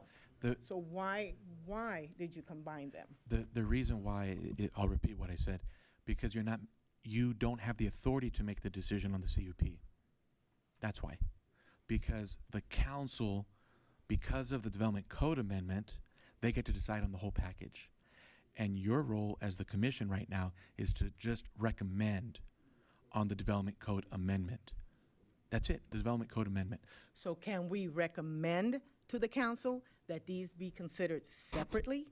Can we recommend that they be considered separately because how the big impact that this development code will have on the city for eons? Can we recommend that to the council? That's not within your purview. The question that you're being asked tonight is, do you recommend approval or denial on the development code amendment? It's a policy decision for the council to make of how they take it up, but that's not for this body to hear. One more thing. Also, there's already 6 liquor licenses, and the FCC code says 3, 2 or 3? 2? So Right. we are definitely out of bounds with everything here. Commissioner Daly. Thank you. Just want to kind of dig in a couple questions on the back to kind of the different categories, under 5,000, 5 to 10, over 10. If a supermarket,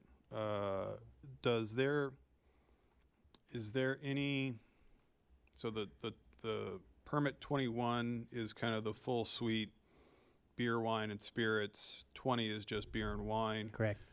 Does a supermarket get afforded any additional, I guess, do they have to get a CUP? They do not. They don't, so, okay. So They're exempt from a CUP. All right, so let's hone in on that for a second.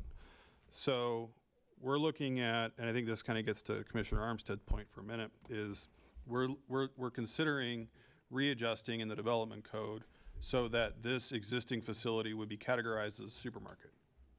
Is that correct? Correct. Okay. And so if we're categorizing this existing facility as a supermarket, then permit number 21 would no longer be required as a conditional use permit. It would be, they could just obtain it. In essence. Okay.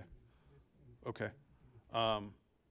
Well, again, with respect to my colleague on the commission here, I can understand the connection here, having these two things connected, because to me, it seems that if we have an existing building that with the proposed development code changes would be considered at a higher tier alongside Stater Brothers or Ralph's or whatever, then it seems that the ability or authorization to then distribute and sell beer, wine, and spirits would fall under that kind of deemed approved, if you will, kind of category. So I appreciate that, and I'd be ready to make a motion whenever the time's right.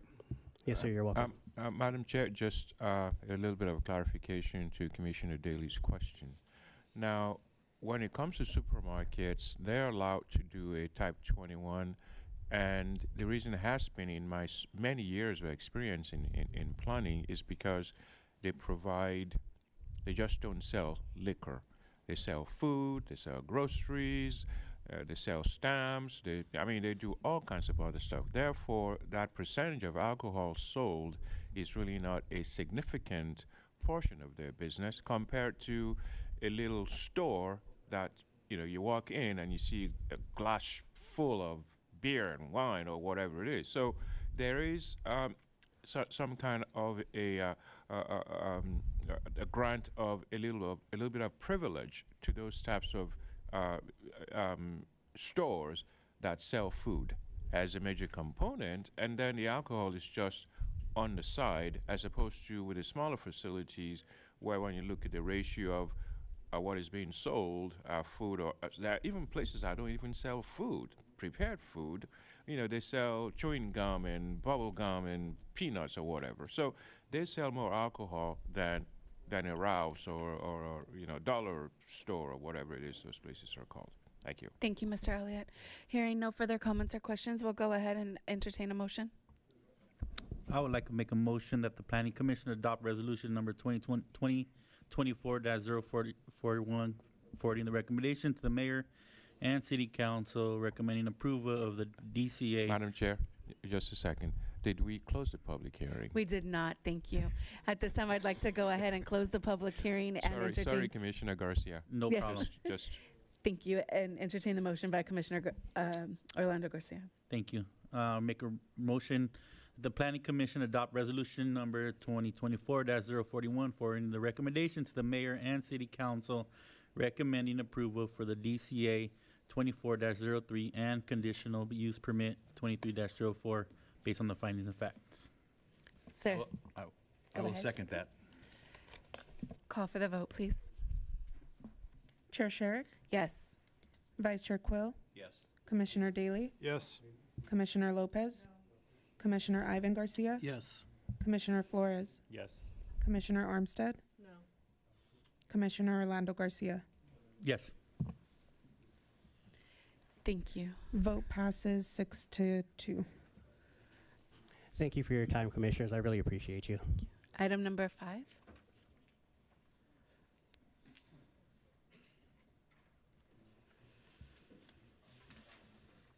Madam Chair, I don't know if you want to entertain a 5-minute break, since we have many items to come. We have as many items to come as we have already had, and I don't know if it's of any interest to you to entertain a 5-minute break. That would be fine. And then reconvene, and then we start with item number 5. We'll take a 5-minute break. Thank you. Thank you.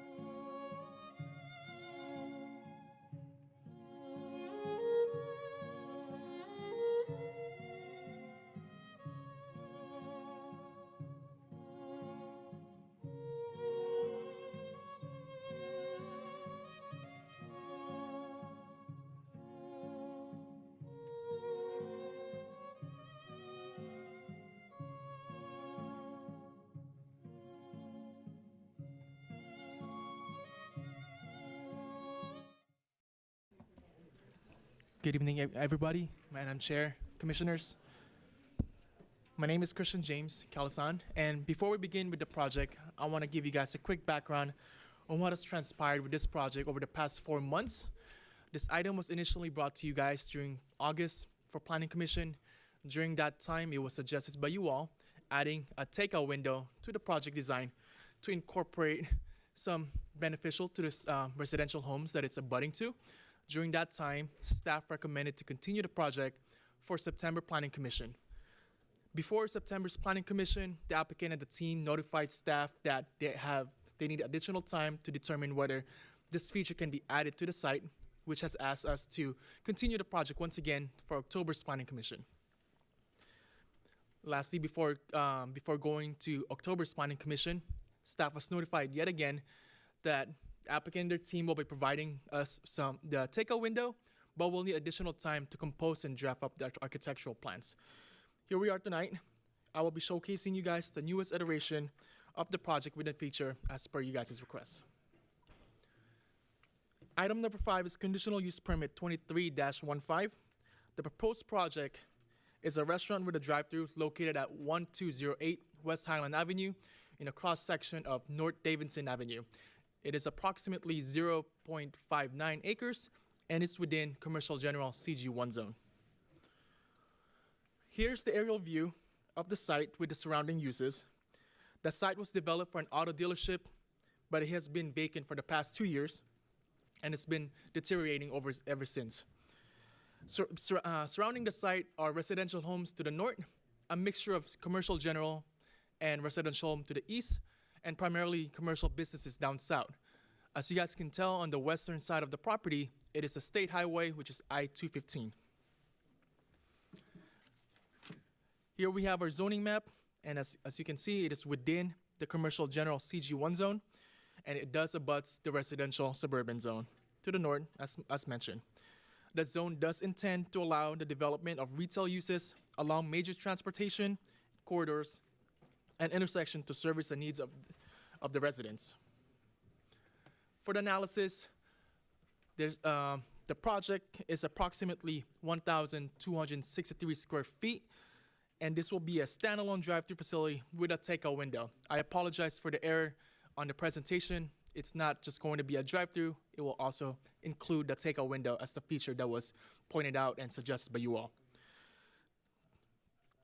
The drive-through aisle has a total of 17 vehicular stacking, and the vehicular parking pickup window, which is drive-through lane, will be operated Monday to Sunday for 24 hours, and they will have approximately 4 to 6 employees per shift with up to total of 3 shifts per day. With the walk-up window, the hours of operation are still in discussion, but the applicant and their team are suggesting it would be open from either from 7 a.m. all the way to sunset, but that is still up to their discretion. The site will be providing 9 parking spaces, 1 ADA accessible parking, and 1 bicycle stall. And for the driveway, it will be adding or configuring the existing driveway facing North Davidson Avenue. I actually visited the site 2 Fridays ago just to double check exactly how's the current condition of it. As noted in August, the building is, as you can see to the northern side of it, burnt down. It has gotten worse ever since. There's actually 2 encampments, 1 inside the property and 1 right outside of the property. So there's a couple of few people that's already living in that premises. This is the proposed site plan. And as you can see, this project will modify the existing driveway facing North Davidson Avenue. And during the past few months, one of the concerns that you guys brought during August Planning Commission was the location of the trash enclosure.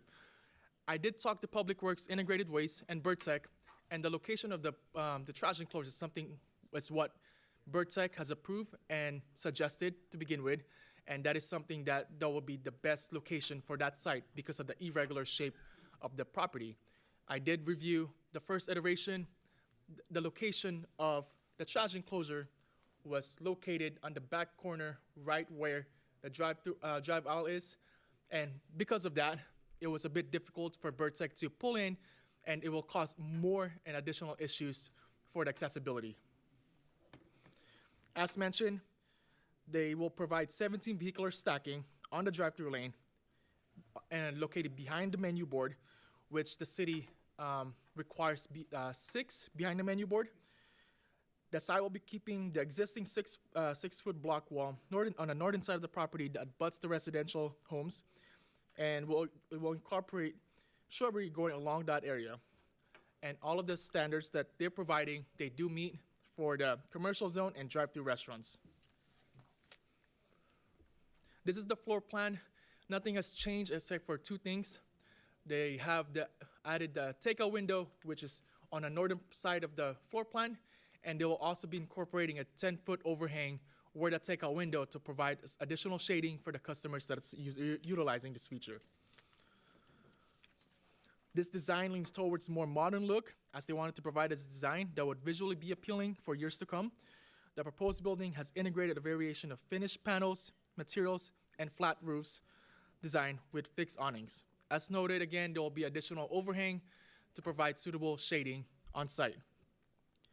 Since this is a standalone business on site, the goal is to create a design that will improve the location and maximize the site. As mentioned, the site is a bit of an irregular shape, so they're providing additional landscaping with almost 17 different types of plant palettes on site to maximize the site so it can be visually and appealing to the eyes.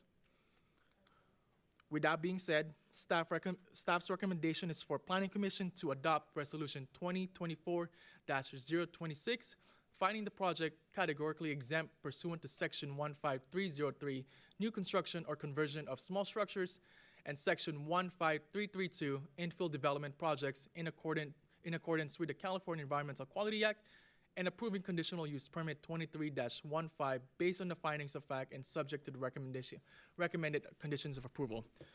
I would like to note that applicant and Starbucks are actually here for any questions, and yeah, staff is available here. Thank you. Thank you for the presentation. I would like to go ahead and open the public hearing. I have 2 speaker cards. The first speaker, Andrew Verdugo. Madam Chairwoman, if the applicant has anything to say, I would take them first. Would the applicant like to speak? Perfect.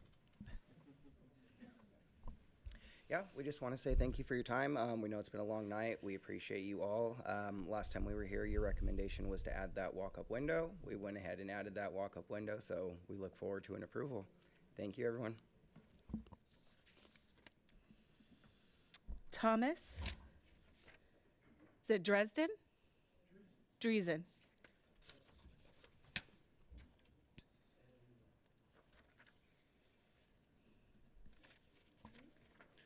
And yes, pretty much my presentation or discussion will be as short as Andrew's. Just thanking everyone for their time. I'm with Starbucks. Just wanted to make sure I was here and answer any questions you might have or anything of the sort. So appreciate staff putting the hard work in, and obviously you guys, long evening for you.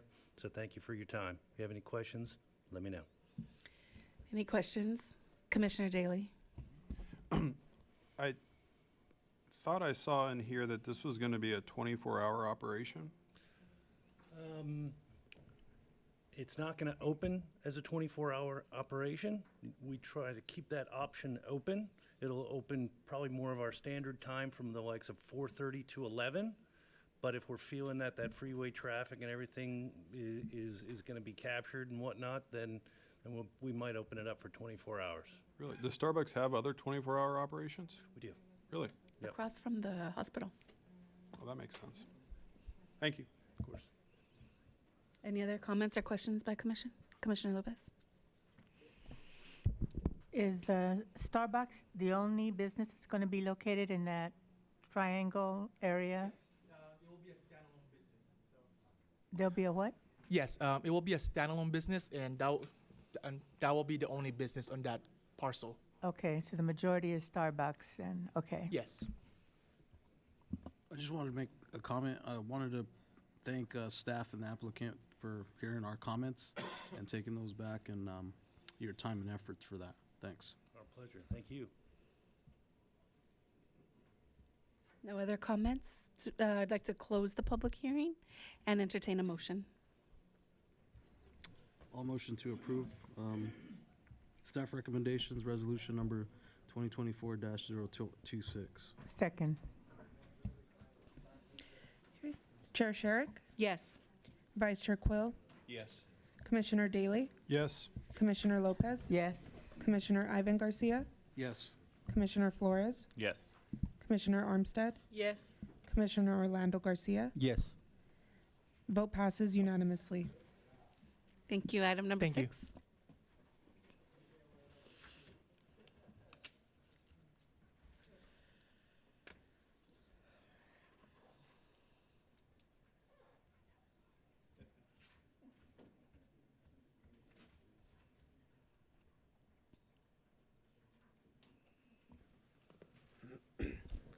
All right, so good evening. Thank you, Madam Chair. Good evening, Planning Commission and members of the public. The item before us tonight is item number 6, which is conditional use permit number 24-05 and public convenience or necessity 24-01. All right, conditional use permit number 24-05 and public convenience or necessity 24-01 is a request for the approval of an alcoholic beverage control license type 20, which is for off-sale consumption for beer and wine at an existing convenience store, which is ExxonMobil. It's a gas station or service station. This project is located at 2742 North Del Rosa Avenue, and we'll discuss with greater detail.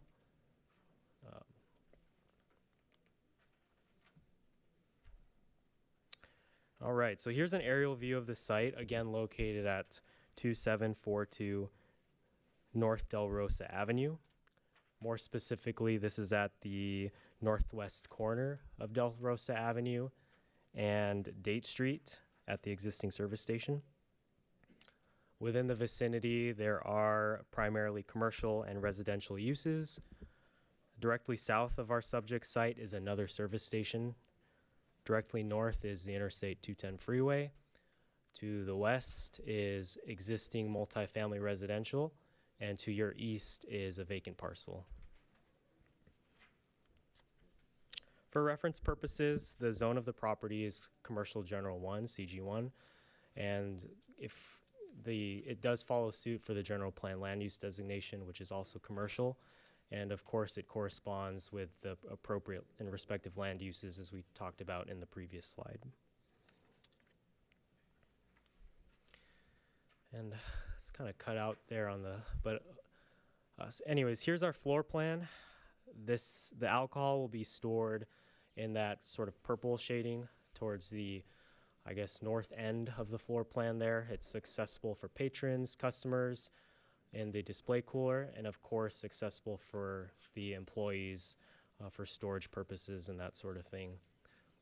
Versus on the flip side of the floor plan, where it's highlighted in green, is the cash register.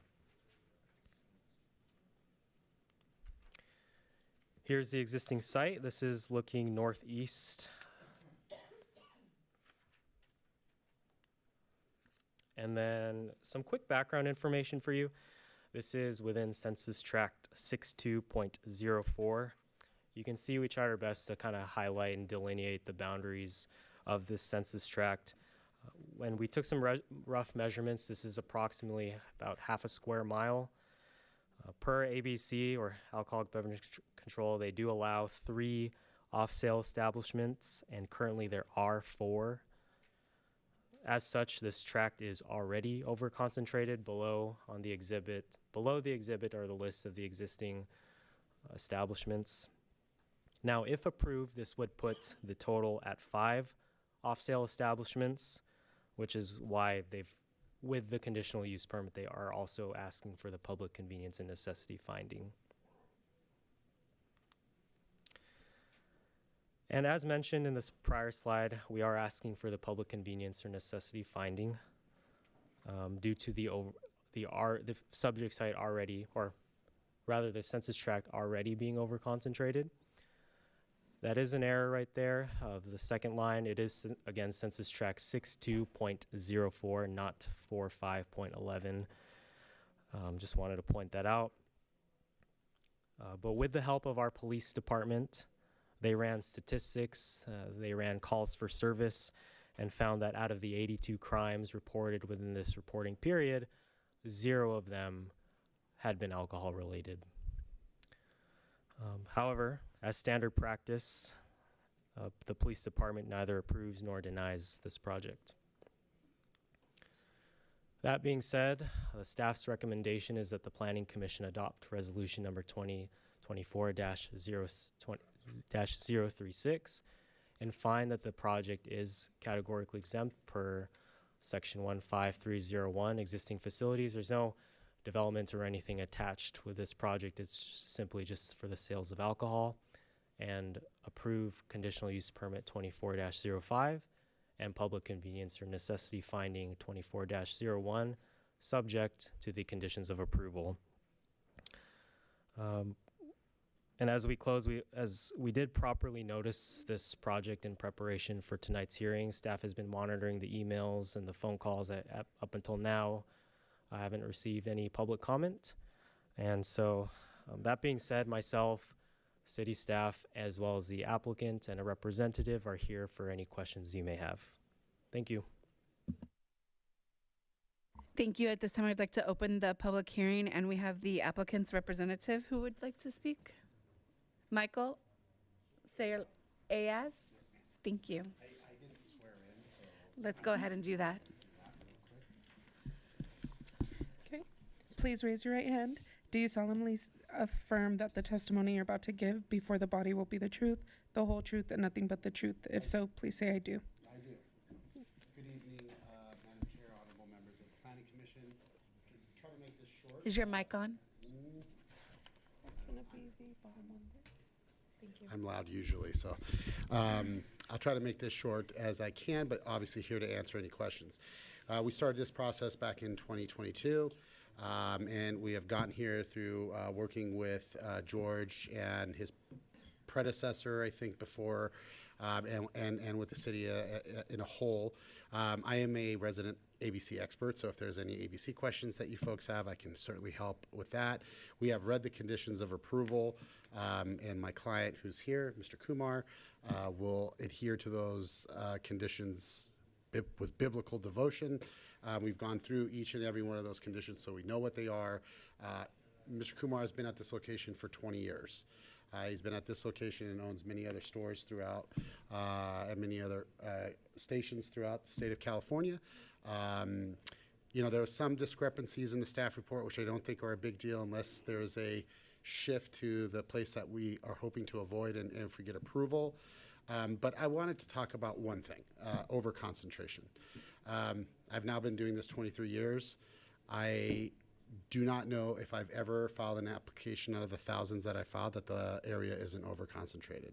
Those numbers were put together, it seems like in the Prohibition era, but around the 70s, and were based on population. Those don't really mean anything other than they're there. They mean something, but on a general basis, that's why the call comes down to you folks to either give us public convenience necessity or not. But I would challenge any member of this planning commission to find any city, true city, that you can throw a rock at and everywhere is over concentrated. Just the numbers just don't kind of jive up. In this particular area, obviously we have 4 existing liquor licenses. This would be the 5th one. The department, authorized 3 back in the 70s. So this isn't an exponential amount of over concentration. But I also look at the different types of licenses you're talking about. One of them being a Target and one of them being a Stater Brothers. Completely different types of operations that we have. Again, this isn't my client's first rodeo. So we've seen conditions like this before. He's never had a violation in any of his other stores or any kind of code enforcement violations or any problems with the cities. He's very connected with the cities that he operates in. And so really we're here to thank the planning staff as well as the police department that reviewed the application. I'm sure the police department had a real problem. There would be a little bit difference in the memo, but I would note that none of the crimes were related to alcohol. And of those 82 crimes, we don't really know what those crimes were. They weren't provided to us, so they could be obviously significant crimes which were not delusional. We know those things happen in every city, to shoplifting, a broken window, a lost wallet, whatever the calls may be. So with that being said, I'm certainly here to answer any questions that you may have as it relates to my client's intended operations, the liquor license, and so forth. We are asking for beer and wine. The intention is not to come back and ask for a 21 later on. That doesn't make any kind of sense for our business operations. And so the type 20 is really kind of where we're gearing up towards. And again, it's been a long road, and having sat here through this hearing tonight, you know, I hope things get better in terms of how these things kind of go through the process. But I don't know. I mean, George has been great for us since he came on board, and things got moved really quickly. So I'm very happy about that. But yeah, again, we're really here with a commitment. If you want to hear from my client directly with regards to condition compliance, my office provides, not only does the state now require responsible beverage training as part of a statute, but my office also provides ongoing training, and I work very close with my clients, and will be working very close with my clients. This is certainly something that we are going after. We want this, and kind of foreseeing questions why after 20 years. It's just the market has changed, and you know, at this point, with everything that's going on, all businesses are trying to improve services and product lines. So this isn't, well, we're going to sell a bunch of beer. It's just something that makes it a bit more convenient for our clients, so they don't have to go get their gas here and then go to Target and stand in line and park and get their cars dinged by push carts. It just kind of makes it that one-stop shop. So again, we're in agreement with the conditions, and if there's anything that we can answer for you folks this evening, I would ask that you ask me. I would also ask if you wouldn't mind if there's any comments. I would also like the opportunity to kind of answer those or state our position. So if we can keep the public comment open, that'd be great. But other than that, I'm ready to field your questions. Commissioner Lopez. How much cooler space do you have in your convenience store? So I think if we could pull up the plan, that's our cooler space. I mean, in terms of actual square footage. Doors. 8 doors. 8 doors, and obviously all of those are not dedicated to. Well, how many beer. are going to be dedicated to beer and wine? I mean, I think that from a business operational standard kind of fluctuates. I mean, you know, Super Bowl, you may take a couple extra doors. So generally speaking, it's about a 50-50 ratio. What's that? Yeah. Yeah, so as you can see, there's about 8 doors. Yeah, so right now the intention is 3. But similar to some of the other applicants that you've heard here today, we don't want to make it 3 or 4. We want to keep it kind of fluid. But again, our intention is we sell a lot of other products, and so we're not going to be taking juice and coffees and sodas. But you can't say on an average for how many coolers you're going to dedicate. No, I can say on average, sure, 4 of the 8. So that would be on average. With the understanding that maybe as the situation will be 5, or you know, we're going into some holidays. Maybe there's extra stuff that the manufacturer wants us to put in there. You know, so yeah. But I will tell you this: it will not be 100% beer and wine. That I can say on the record. Of course not. You still have to sell the tortillas. Of course, and the milk and the juice and everything else that goes along with it. Commissioner Flores. I have a question or clarification for staff. I noticed you listed Target on Sterling as an existing license. That Target has been closed for multiple years. So trying to understand how long a license exists and what's it tied to. Can I actually take a swing at that one? Actually, I think we'd like to hear from staff. That's a good question. We actually looked into that too, and as someone who grew up in this area, I've been to that Target as a kid. It's now a Crazy Boss, from my understanding. They do not sell alcohol. That was the terms and conditions for Target, and Target only at the time. Since they've been gone, that license, although valid per ABC, they cannot sell at that location unless, for whatever reason, Target at some point would come back in the future. And maybe he wants to speak on that a little bit more. So some of those inconsistencies that we were talking about is, again, so in reality, there's not going to be a net increase of licenses. And what happens with licenses in Target, for example, they have their licenses in surrendered status, which means that they have surrendered it and are holding it to sell it or move it to a different location. But unfortunately for staff, I mean, it shows up on a report. And so I'm very glad that you caught that, because again, I don't want to go through the inconsistencies, but in the review of this, it's very unlikely Target's coming back. It's very unlikely that license is ever going to go live at that location. So while we have 4 that are quote unquote active, there's only 3 actually operating at this facility in this census tract. And so again, the net increase of licenses is even going to be lower. And for the sake of the planning commissioners, you can, ABC's website, you put in the address, it'll tell you it's surrendered, all that good fun stuff. Commissioner Armstead? I just need a clarification. What is public convenience or necessity? Can you explain it to us? I'll defer to staff. Madam Chair, Commissioner Armstead, we are required to make that finding as a means of either justifying or not justifying the increase in number of alcohol sales or changing from one class to the other.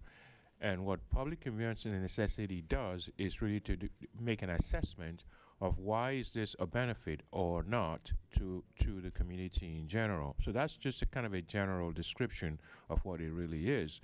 So I made a reference to grocery stores earlier in my comments.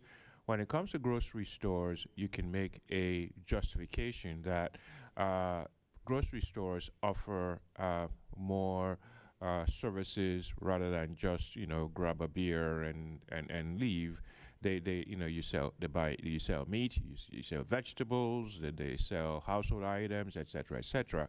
So it's easier to make that finding of public convenience and necessity in that instance than in a situation where you have a standalone facility that is smaller in size and only provides very few amenities. And all these are kind of also dependent upon the number of licenses there are, but we're only required to make that finding when there's over-concentration. So without over-concentration, that finding doesn't really come into play. In this particular case, because there's over-concentration, we have to make that finding. And the benefits, it's just kind of a benefits analysis just kind of better way to describe it is how does this provide the community with whatever, and then we can just fill in the gap. Questions? At this time, I'd like to go ahead and close the public hearing and entertain a motion.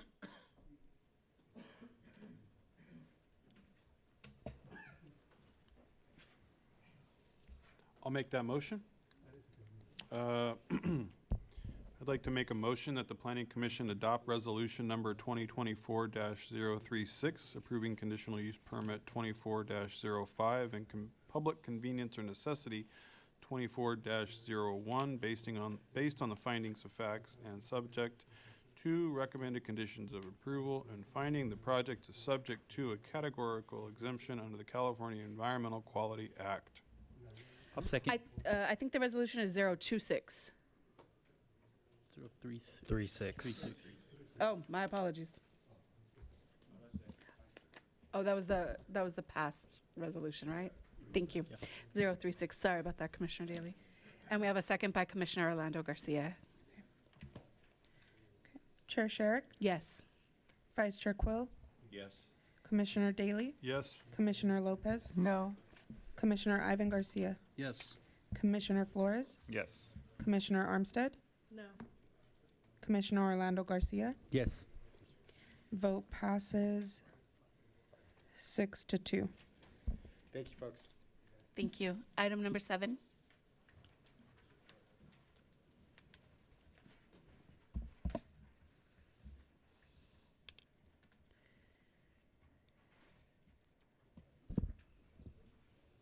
Good evening, Chair, Vice Chair, Commissioners. I am Chantel Choice with the City of San Bernardino Planning Division.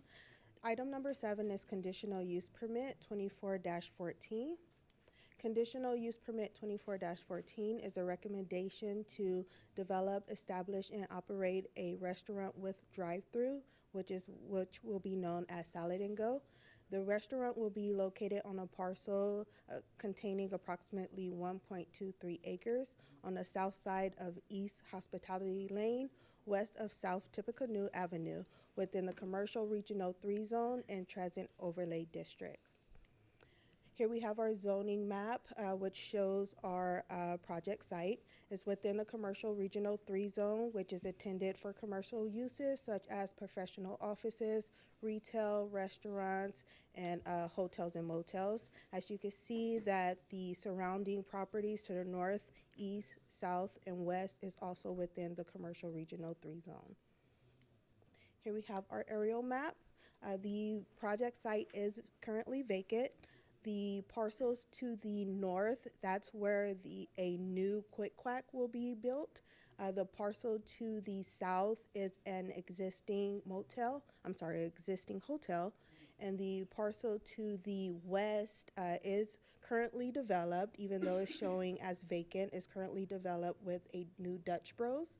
And the property to the east is has existing restaurant and financial facilities. The project, the building will be a 1,000 square foot restaurant with drive-through. The hours of operation will be Monday through Friday, 6:30 a.m. to 9 p.m., Saturdays through Sundays from 7 a.m. to 9 p.m., with approximately 6 employees per shift. The site can be accessed with ingress and egress from one 26-foot wide driveway located along private road off East Hospitality Lane. There will be 2 drive-through lanes and 1 mobile pickup lane with 12 parking stalls that will include 1 ADA and 1 stall equipped with EV charging infrastructure for future charging station. This is a view from East Hospitality Lane. As we can see that the current site is vacant. Our site plan, we have here's where we will have 2 of the drive-through lanes. This is for order and pickup, so it will be 2 lanes that will merge into 1. And then we will also have a mobile pickup order lane only.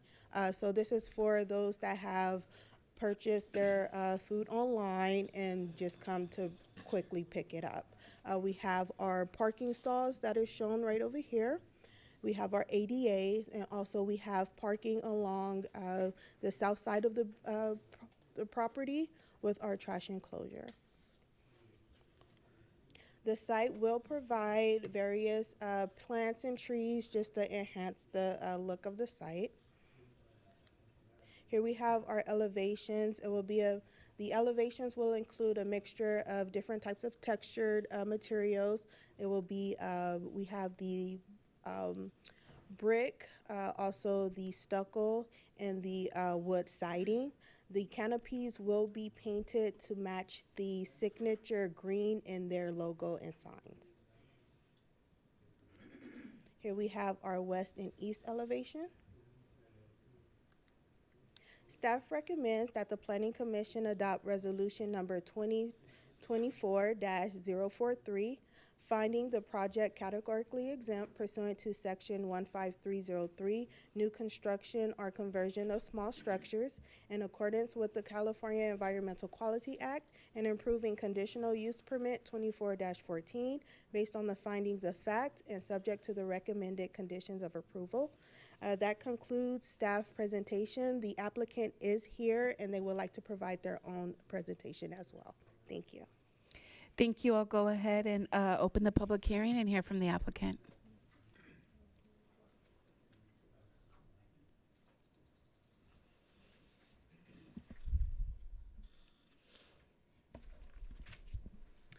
Good evening. My name is Zach D'Alessandro, and this is my colleague Francisco Hernandez. We are consultants representing Salad and Go, and we will keep this presentation brief. I think there's a lot of information in here. But we just want to introduce Salad and Go, as this would hopefully be the first location in California They're predominant in Arizona and Texas, and they are eager to share their brand with California, so hopeful that this would be the first one. The mission and some of the foundation of Salad & Go's statement, if you will, they've recognized that there's a tendency for fast food options to be less healthy than desirable for the American communities. Their goal is to provide a healthy, affordable, and convenient option as an alternative to some of those existing fast food operations. So the healthy food, we're primarily focused on salads and wraps, healthy wraps, including breakfast burritos. All of the food processing or preparing is done off-site and is packaged on-site. So the small footprint kind of tends to the fact that we don't have an on-site kitchen and production, no grease required for preparation of the healthy alternative foods, and so it's a really clean operation. This also allows for the affordability as well as the convenience because of our smaller site, smaller footprint. The idea is that this is a grab-and-go product, hence the name Salad & Go. There are drive-through options, mobile express options, and walk-up options, which we'll get to in a bit. But there's no on-site dining. And the idea is that oftentimes families are in a rush and looking to get a meal on the go. This would provide an alternative to what exists today.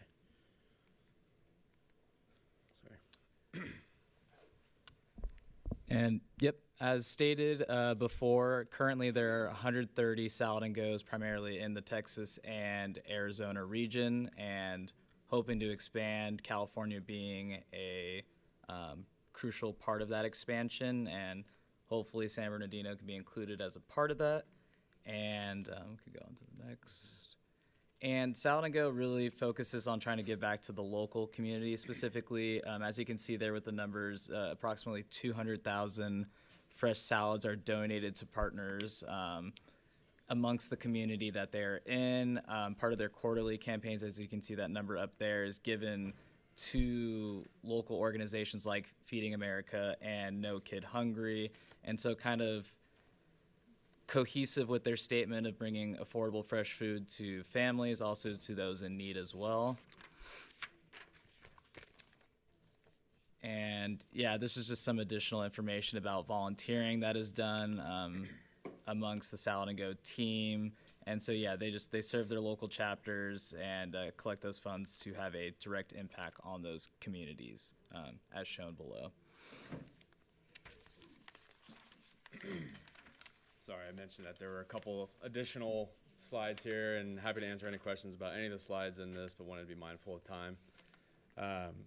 As mentioned earlier, the average amount of folks that will be working at this store is 6, but during peak hours, that could increase up to 7 to 10.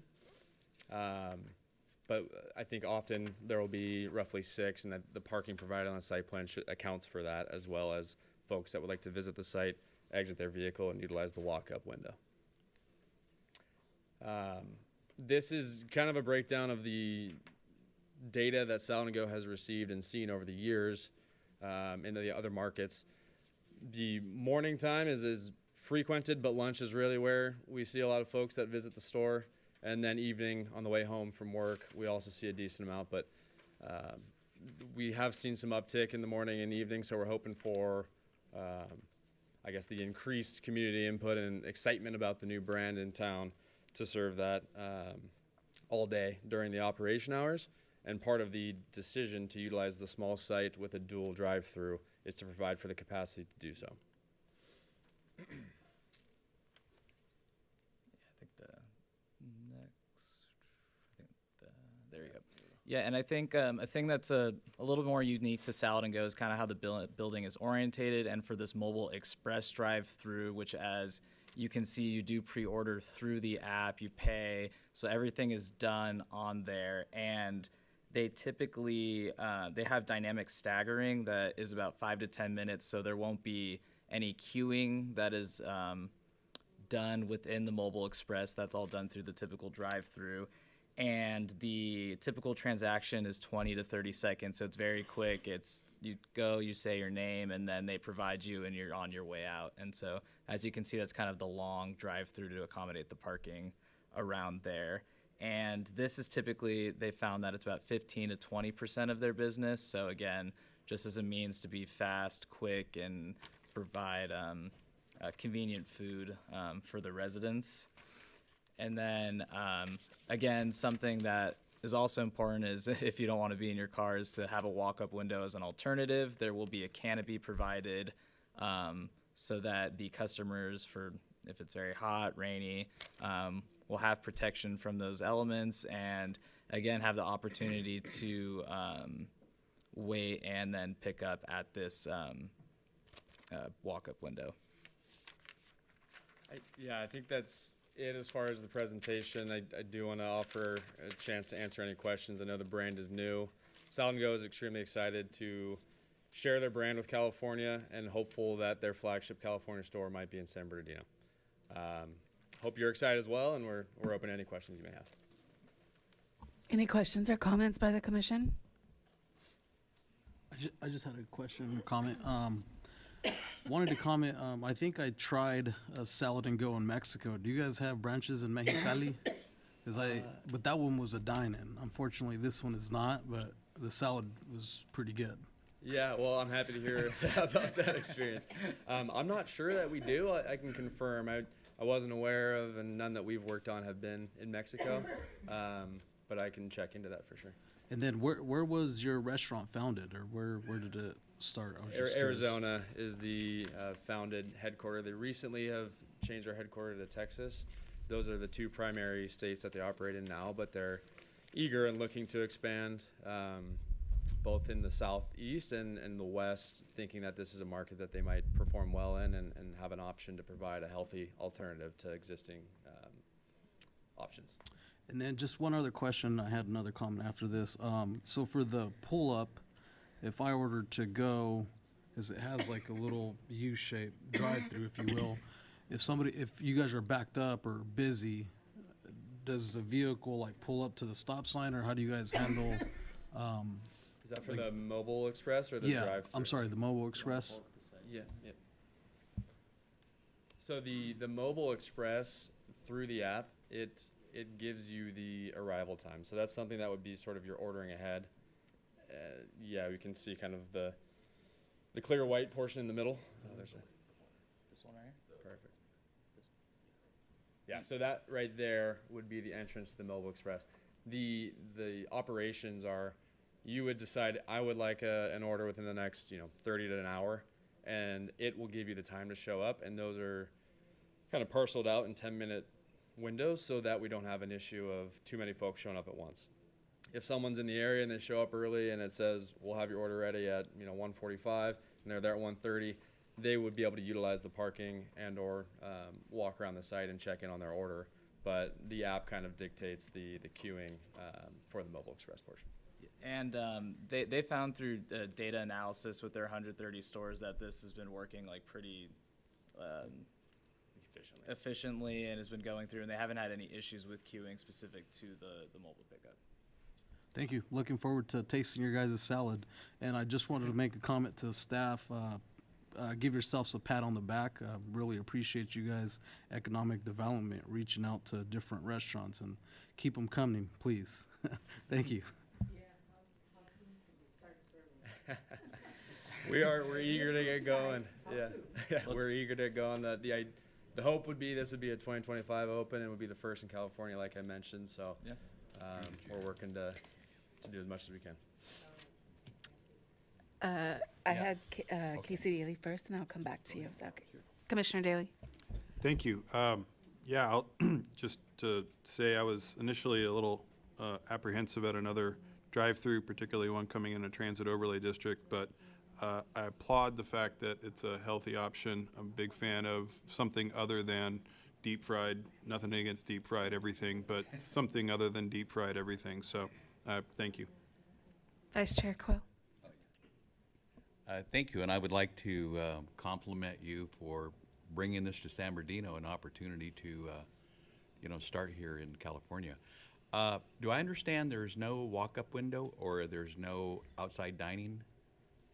We don't have any outside dining, but we do have a walk-up window. So you can park, go to the walk-up window, and then go back to your car. And it's more, just from an operation standpoint, with the building square footage as well, it's just a means to,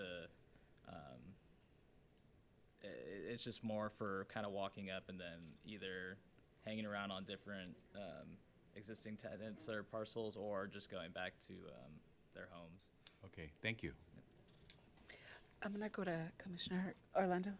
I'd just like to make a positive comment about Salad and Go. I had it in Phoenix, Arizona, as well as in Las Vegas, and you'd be surprised. You know, I go there for work, but you're in Vegas and you're tired of eating the heavy stuff. And I recalled Salad and Go from Phoenix, and initially the first purchase was more than one salad because we thought it wasn't going to be enough. But I'm happy to see it come to my hometown, and happy to patronize the business. It's a great place.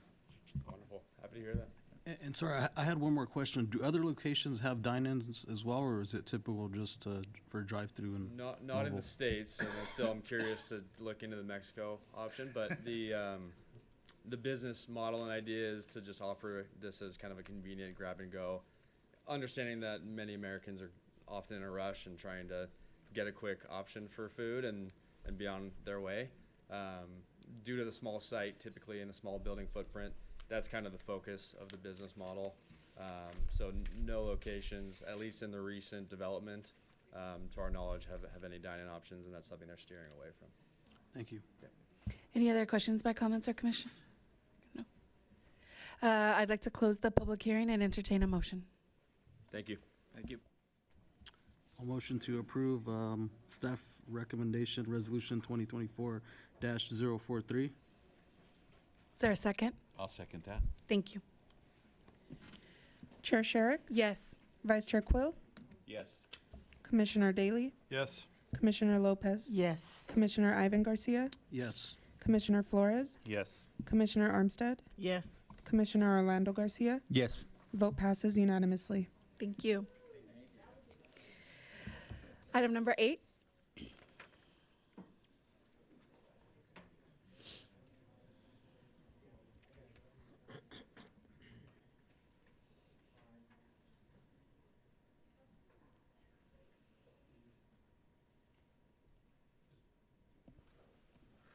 Good evening, Madam Chair, Commissioners, and members of the public.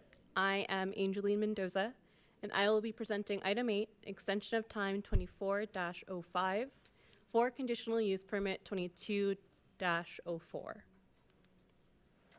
Extension of Time 24-05 is a request to allow a one-year extension for construction under Conditional Use Permit 22-04. Which involves the development, establishment, and operation of a restaurant with drive-through facilities. Rallies will contain approximately 1,008 square feet on a parcel that contains approximately 0.53 acres in the CG1 Commercial General Zone. The project site is located along the southeast corner of East Highland Avenue and North Palm Avenue. It is going into an existing commercial center on the last undeveloped pad of the site. The site is located within an existing commercial center that is zoned Commercial General CG1 and is surrounded by both commercial and residential uses. Conditional Use Permit 22-04 was previously reviewed and approved by the Planning Commission on October 11th, 2022. The project was approved for 2 drive-through lanes under Conditional Use Permit 22-04, a standard drive-through lane for commercial vehicles that will allow drive-up orders, and a separate drive-through lane designated for e-delivery pickups that will allow customers to order online in advance for pickup only.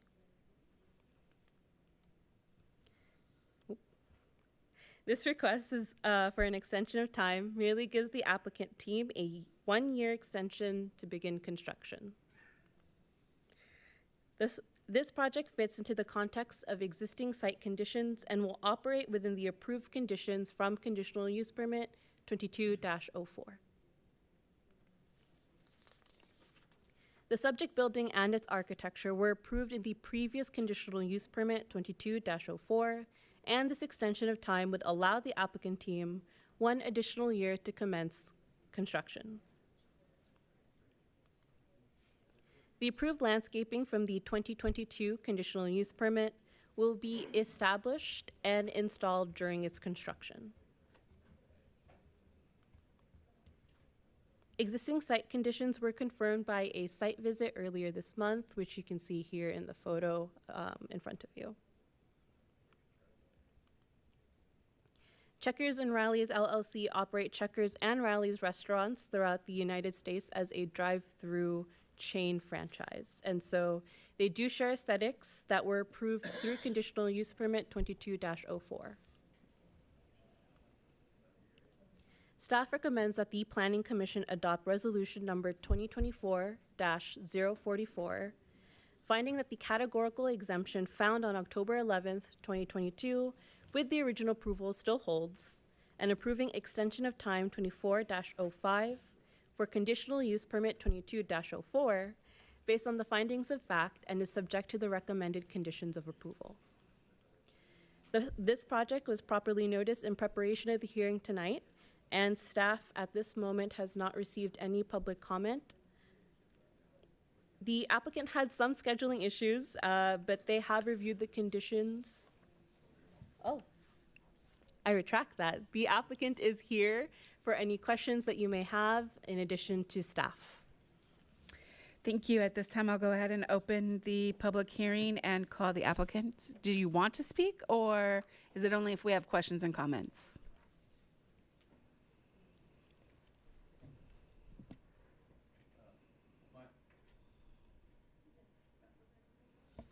My name is John Dodson. I'm with R.M.A. Davis Newell of Architects. We're located at 1330 Olympic Boulevard, Santa Monica, California.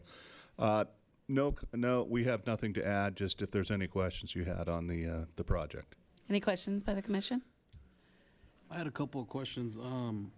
Are you guys the developer architect for Checkers that was on Waterman and Highland near Home Depot? I'm not. And I'm acting, my position is the clearance of the entitlements for this project. I guess, is it the same owner? I don't believe so. I think this came up at the last hearing back in 2022. Yeah, and the reason I'm asking. Yeah, it was a different owner. And the reason I'm asking is because the last 2 restaurants didn't do very well. And I think in the last couple of years, they've been bought out and converted to a new restaurant. So I'm not sure how this one the outcome will be for this restaurant. So that's all I'm asking. I can't answer that. Any other comments or questions? What's the overall reason for the extension? It's just taken time to develop the drawings. The civil plans are quite extensive on this. If you've been to the site, it's a tiered site, so just trying to get the stormwater mitigation and that worked out. Thank you. No further comments or questions. I'll go ahead and close the public hearing and entertain a motion. Thank you. Thank you. Madam Chair, I'll make a motion that the Planning Commission adopt Resolution 2024-044, approving extension of time 24-05 based on the findings of fact. Thank you. Is there a second? Second. Thank you, Commissioner Orlando. Chair Sherrick? Yes. Vice Chair Quill? Yes. Commissioner Daly? Yes. Commissioner Lopez? Yes. Commissioner Ivan Garcia? No. Commissioner Flores? Yes. Commissioner Armstead? Yes. Commissioner Orlando Garcia? Yes. Vote passes 7-1. Thank you. We'll move on to item number 9.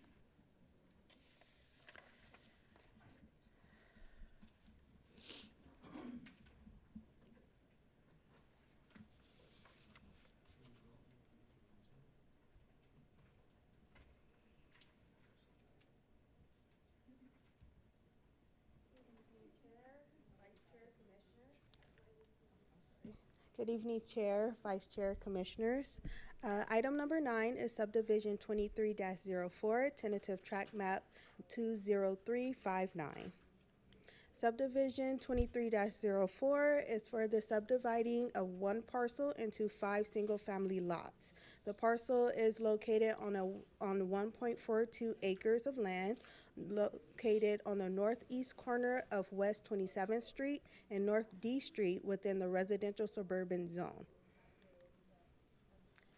So the property is located within this residential suburban zone, which is intended for single-family homes. The properties to the north, east, and west is also located within the residential suburban zone.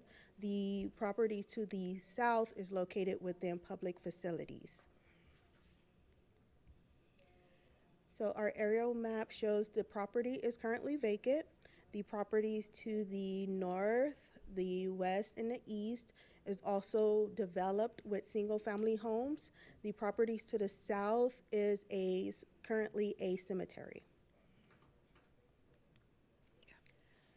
So the project will consist of subdividing one parcel into single-family lots, 5 single-family lots only. So there will be no development of the single-family homes at this moment, but this is just a prep for the development. So this will just be the subdividing of the lots.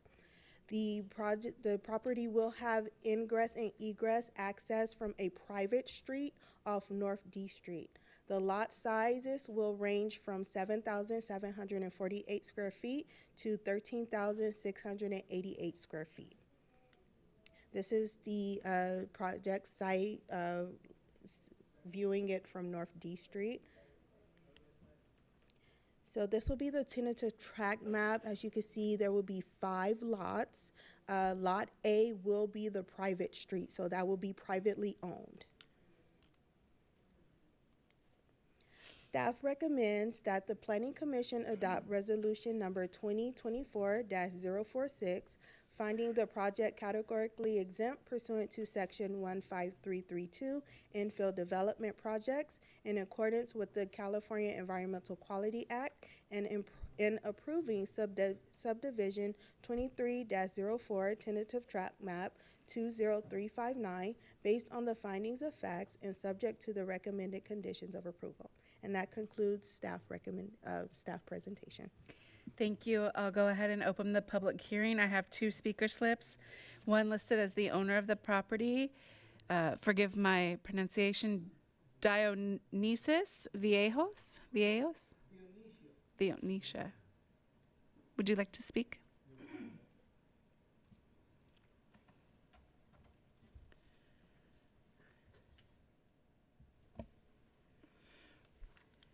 Good evening, everyone. This is I am Dionisio Vallejos, and I am the applicant. And I'm here today to express my gratitude to all of you before the Planning Commission Board.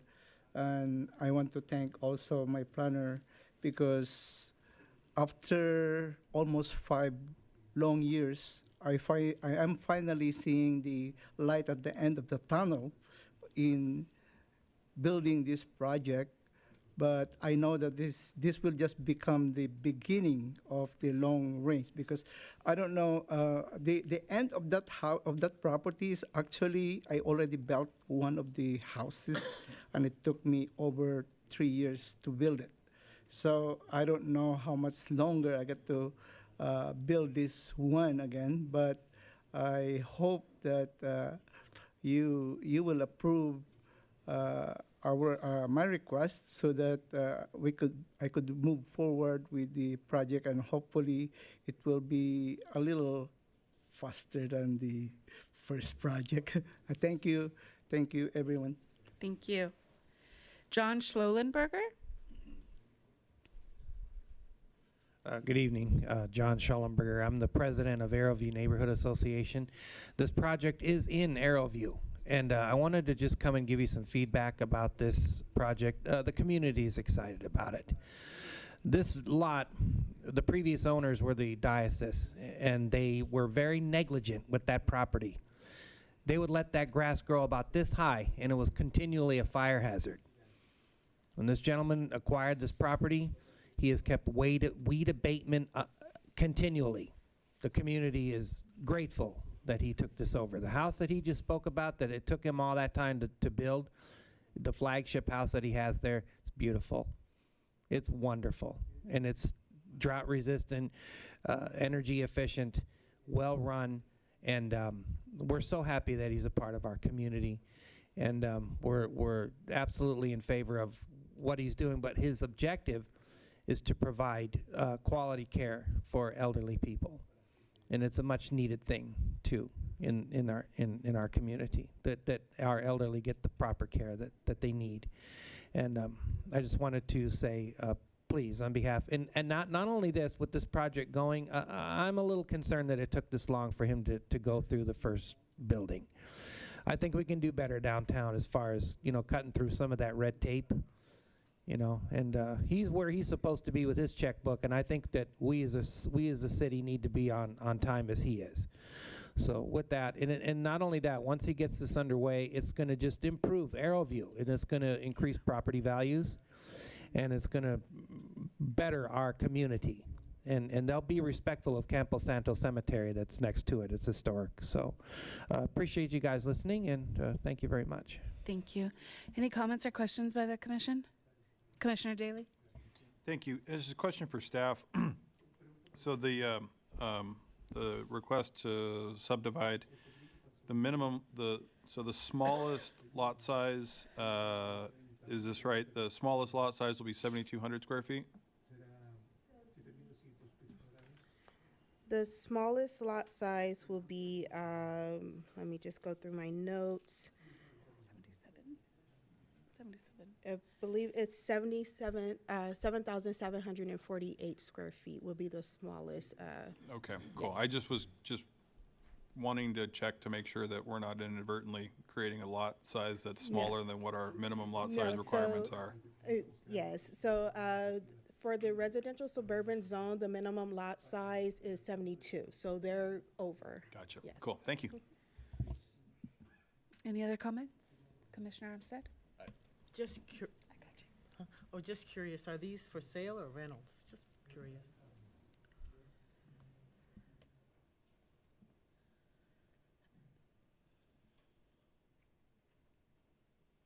Yes, ma'am. I said, are these single-family homes, are they for sale or are they rentals? No, I'm supposed to, the original plan that we're supposed to do is do a residential assisted living, the one with 4, 6, or 8, because there's so much concern. My parents are 80 plus years old already, and in the U.S., based on the census, over 10,000 people are turning 65 every day.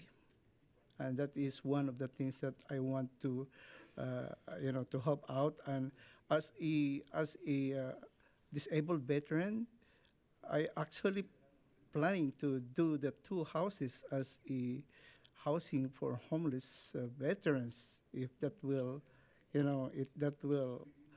be successful on the first, because I got to do this step by step because I don't have the money to do it. Thank you very much. Welcome. Vice Chair? You have a question or comment? I have a question for staff. Thank you. I would like to get a little information on this. Is this a wall or a sidewalk on the south street that's proposed to go in there? That's a sidewalk? Is there going to be a wall separating the diocese from the property? I'm sorry. Or just At this moment, there's no wall being proposed because it's just for the subdivision of the lot. There's no development or anything that's going on. Okay, but there would be a proposed sidewalk on both sides of the street? Yes, yes. Okay, thank you. Both sides. Commissioner Flores? I just want to echo the comment about red tape for housing and just uplift that for staff, just trying to address housing issues and housing development in the city is really important. And it's concerning hearing how long and arduous it was to do something like this. See no other comments or questions, I'll go ahead and close the public hearing and entertain a motion. Madam Chair, I will move that the Planning Commission adopt resolution number 2024-046, approving subdivision 23-04 based on the finding of facts, subject to the conditions of approval. Thank you. Second. Oh, so we have a second by Commissioner Lopez. Yes. Chair Sherrick, Yes. Vice Chair Quill, Yes. Commissioner Daly, Yes. Commissioner Lopez, Yes. Commissioner Ivan Garcia, Yes. Commissioner Flores, Yes. Commissioner Armstead, Yes. Commissioner Orlando Garcia. Yes. Vote passes unanimously. Thank you. Item number 10.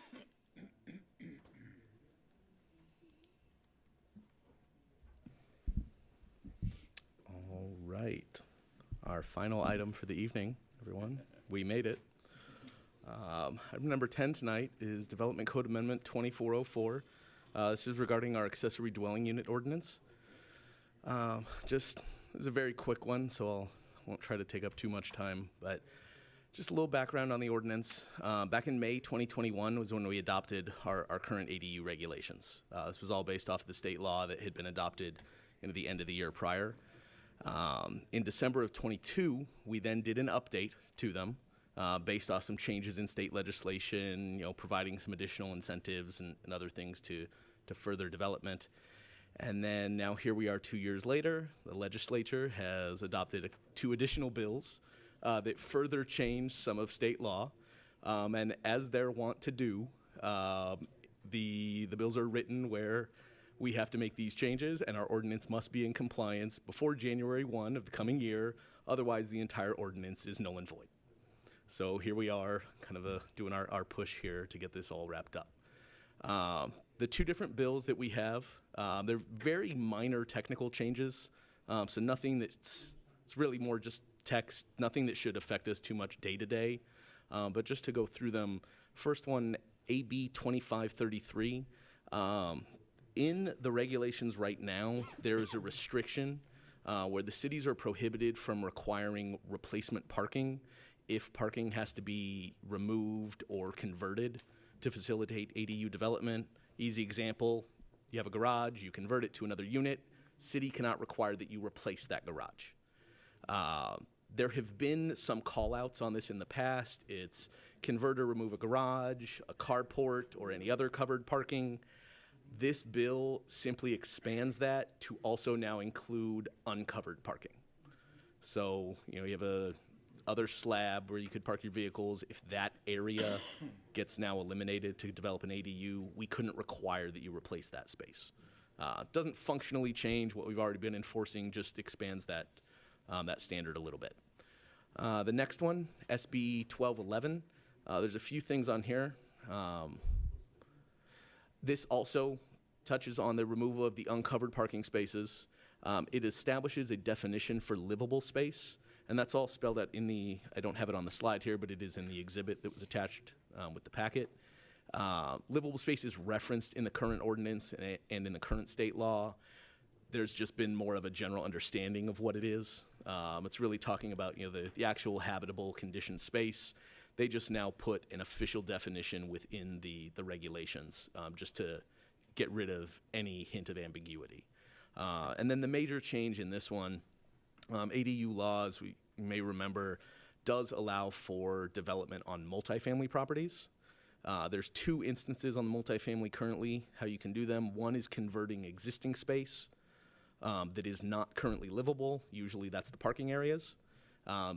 That one is remaining as is. The other standard allows development of additional detached accessory units on the multifamily sites.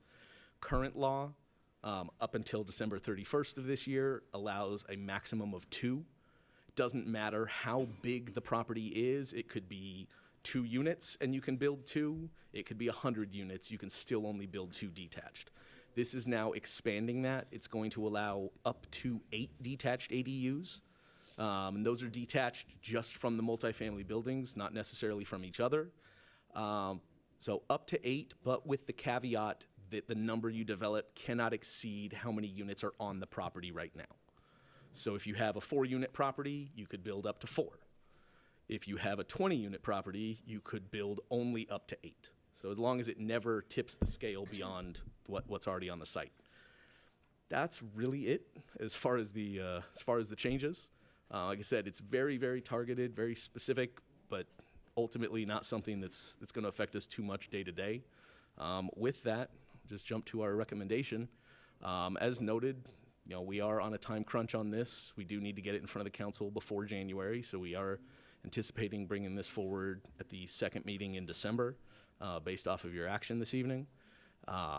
With that, then, our recommendation is to adopt Resolution 2024-047 that would forward a recommendation to the mayor and city council finding that this action is exempt under Section 21080.17 of the California Public Resources Code. That is as defined in the bills that amended this, and then recommending approval of the code amendment based off the findings of fact included in the resolution. Thank With you. I'll that- go ahead and open the public hearing. Do we have any comments or questions? Commissioner Lopez? Does this change any of how large the houses are from what the commissioners approved? No, the limits that we have in our ordinance today, the 850 square feet for single bedroom units and a maximum of 1,000 for multi, would remain unchanged. The only things that it addresses are really what's shown on the 2 slides in the presentation: the parking requirement, adding that definition, and then allowing the increase on the multifamily. But Okay. the size, setbacks, heights, Is any all other the physical same. standards all remain as written today. Seeing no other comments, questions, I'll go ahead and close the public hearing and entertain a motion. I'll make a motion to approve staff's recommendation. Second. Chair Sherrick? Yes. Vice Chair Quill? Yes. Commissioner Daly? Yes. Commissioner Lopez? Yes. Commissioner Ivan Garcia? Yes. Commissioner Flores? Yes. Commissioner Armstead? Yes. Commissioner Orlando Garcia? Yes. Vote passes unanimously. Are Thank you there very much. any commissioner comments or reports? Commissioner Armstead? Have we started the general plan review yet? It's a question. Madam Chair, Commissioner Armstead, no, we haven't. We haven't started, but we are starting very, very soon. We have gotten to the point where, in order for us to go forward, we need to come back and maybe even reconvene the GPAC and bring them up to date with where we are in the process. And I've heard people talk about bringing back the plan amendment before the end of the year. The caution here is it also comes with an EIR. So even if we have the document itself, we still have to, we have to get the EIR together with it. So I see this to be a continuing process that might begin maybe towards the end of the year and last until the early parts of next year. But we're going to include all the participants that have been through the process once, because we've had such a lag in time between then and now, just as a matter of transparency, to bring those items, bring that issue back up again. I would just like to wish everybody a safe and enjoyable Thanksgiving. So. Thank you. Thank you. I just wanted to comment on the monitor and then this noise enclosure that you guys set up. I really appreciate that. Thanks for taking into consideration our comments and feedback. Thank you. I wanted to know if that is a 75-inch television that you're looking at, because I see you turning around looking at that behind you. I would prefer that you're looking at this in front of you. I think it's and when if it's they- not big enough, then It's when they point with the pointer. right. But Yeah. we can't see the pointer. But Yeah. I figured you're looking at those little things, and that's not Yeah, good. that's nice. But if that's not big enough, we can increase the size so that you don't have to turn and see what's on the screen. So that's what that's all about. Thank you. Mhm. Thank you. Any other? Is there a director's report? No, Madam Chair, just, so I don't know when the new council members are going to be seated. and that would mean a change to our planning commissioners. I just want to, if this happens to be the last planning commission meeting with the existing group, I don't know, because I just asked Albert, and he doesn't know either. But if this is the last meeting with this group, my gratitude to you all for all the hard work that you put in. It didn't always come out to be that way, but I know what it takes. You get all these reports over the weekend. Sometimes you don't have enough time to review them, and we expect you to come here and perform magic. And it takes a lot. It takes a lot of dedication, and a big thank you to those of you who actually volunteer to be on our planning commissioners. It's not to be looked at lightly at all. I do appreciate that. If we have one more meeting together, then we can probably show more gratitude before you go. So thank you so much. Thank you. Thank you. Our next regular planning commission will be Tuesday, December 10th. Yes. Yes. And don't expect 10 items on the agenda. Thank you. I can guarantee that. Thank you. Thank you. All right. I'll go ahead and adjourn the meeting. Thank you. Good night.